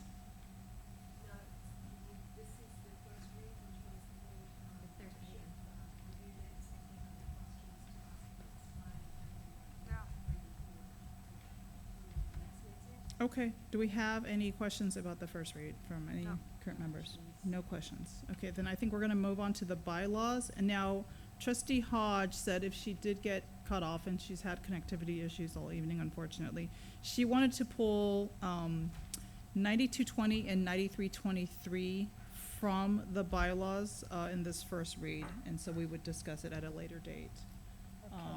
I don't need a motion. 9220? 9220 and 9323. Okay. Okay. And I think one of it has to do with, Three, I don't know. election and filling Elections. vacancies, okay. Yeah. The recall procedure, I mean, this is all pretty much governed by the elections code. I don't know specifically what she wants to address. I want to honor the request, though, till we just. So what does she wanna? She wants to discuss some parts of it as a board, but she's not here, so she doesn't want it in the first read. We're gonna have to do a first read of it later on. I mean, I would just say, reading this, it's all very much based in state law, so I'm not sure there's actually much, you know, for example, causes of vacancies are governed by state law. And so I'm not personally not sure there's much room for us to fiddle with this, so to speak. So I think if somebody else wants to. I would like to honor the request to discuss it as a board, though, so, could I get do I need a motion to pull it out? Do you know, please? Or can we just? Bring it back. Okay, then we will bring back, again with a motion to? Okay, all right, it's just a statement. We will put the bylaws for first read officially at a later date when she can join us and bring those issues Yeah. up. Thank you. Dr. Berman, your turn. Okay. So just some brief updates. We had a DLAC meeting last week that was very well attended and a wonderful way to convene our families of English learners. And then this week we had our LCAP meeting. Again, another tremendous showing of staff and parents from all of our schools. And so all of that feedback is already collected and posted online on our LCAP webpage and is being integrated into our LCAP plan, year 2 of 3 right now, and will be coming forth to the board at the May board meeting. And so those are the updates. Also, there is construction going on near Throckmorton that went out to the Old Mill families, and just want everyone to be aware as that will affect those travels to and from school. Thank you. Now we have board reports. We've had months since we've done board reports because our meetings were so long, but now we have a few minutes each if anyone has anything to report. Mine have just been my standard meetings, which have been really exciting and interesting, but ironically, I haven't had much to report at those since we've been Since in we the haven't team, had so meetings. I'll defer to others if they have. I don't. I went in Trustee Yu's place to the Tam Valley PTA meeting just earlier today. Seems like a really long day. And there was, as Jill Kaufman mentioned, there was a woman named Carrie, and I don't remember her last name, who presented about gun safety. And she's going around to the various elementary school PTAs and presenting about gun safety. And I think she's coming to the middle school at the end of May. Oh, thank you. And so if you hadn't heard it, I guess I'm going to hear it in a month at the MVMS meeting, but I thought it was just a fabulous thing, and as Jill said, it was very informative. So I just wanted to share that. I heard a presentation at Park School. Okay. I was subbing for Michelle, and it was very informative. Yeah. You know, I wonder, you know, as it's something that gun safety may be something we need to discuss as a board, because it seems like, you know, it seems to happen so frequently, so many times. I like to understand where we are in terms of prepping our school sites about, you know, this issue. So maybe it could be a future board agenda that could be put on. Yeah, I'd appreciate even an update, like, I Just don't an- even know just what a our. school site Yeah. safety Yeah, like, update. I don't even know, you know, the equivalent of stop, drop, and roll, but like, what is the crack? I mean, Do you it's- run? Do you lock? What happens to school So light? it would be Yeah. helpful, because I do Maybe, get questions about it. maybe we too. can get a board update, is this possible, about the various drills we run throughout the year. We can do that for, we can make a written update easily for the newsletters too, and then go from there if we need more. Okay. That's I helpful, think, yeah. just kind of where we are. and- Yeah, like Okay. what, maybe what staff directed, trainings are, what student directed, because I suspect they're different, and then, you always put good resources, those are always helpful for parents. We'll get that out. I just want to know what protocol is, what kind of protocols for what situation do we have? Are we adequately prepared? Right. Thank you. And then another thing I wanted to revisit for future board meeting, if we are on this agenda item, is number of kindergarten enrollment changes from now. Because, for example, we heard a couple of students have decided to leave the district for kindergarten next year or go private. And so it would be helpful to get another update in June about what the situation is with kindergarten and TK enrollment. I believe enrollment closes on June 9th, so the next update could come shortly after that. Yeah. So the June 15th. Yeah. Yeah, it's sort of the last meeting of the school year before we break for summer. Yeah. Okay. Anything else from anyone? Under 3 hours. Okay, I believe we are done. If we can adjourn the meeting at 8. Thank you, can't even read my watch. Oh. Thank you. You guys get an award, bitter end. Yes, stay. thank you. All right. Hey.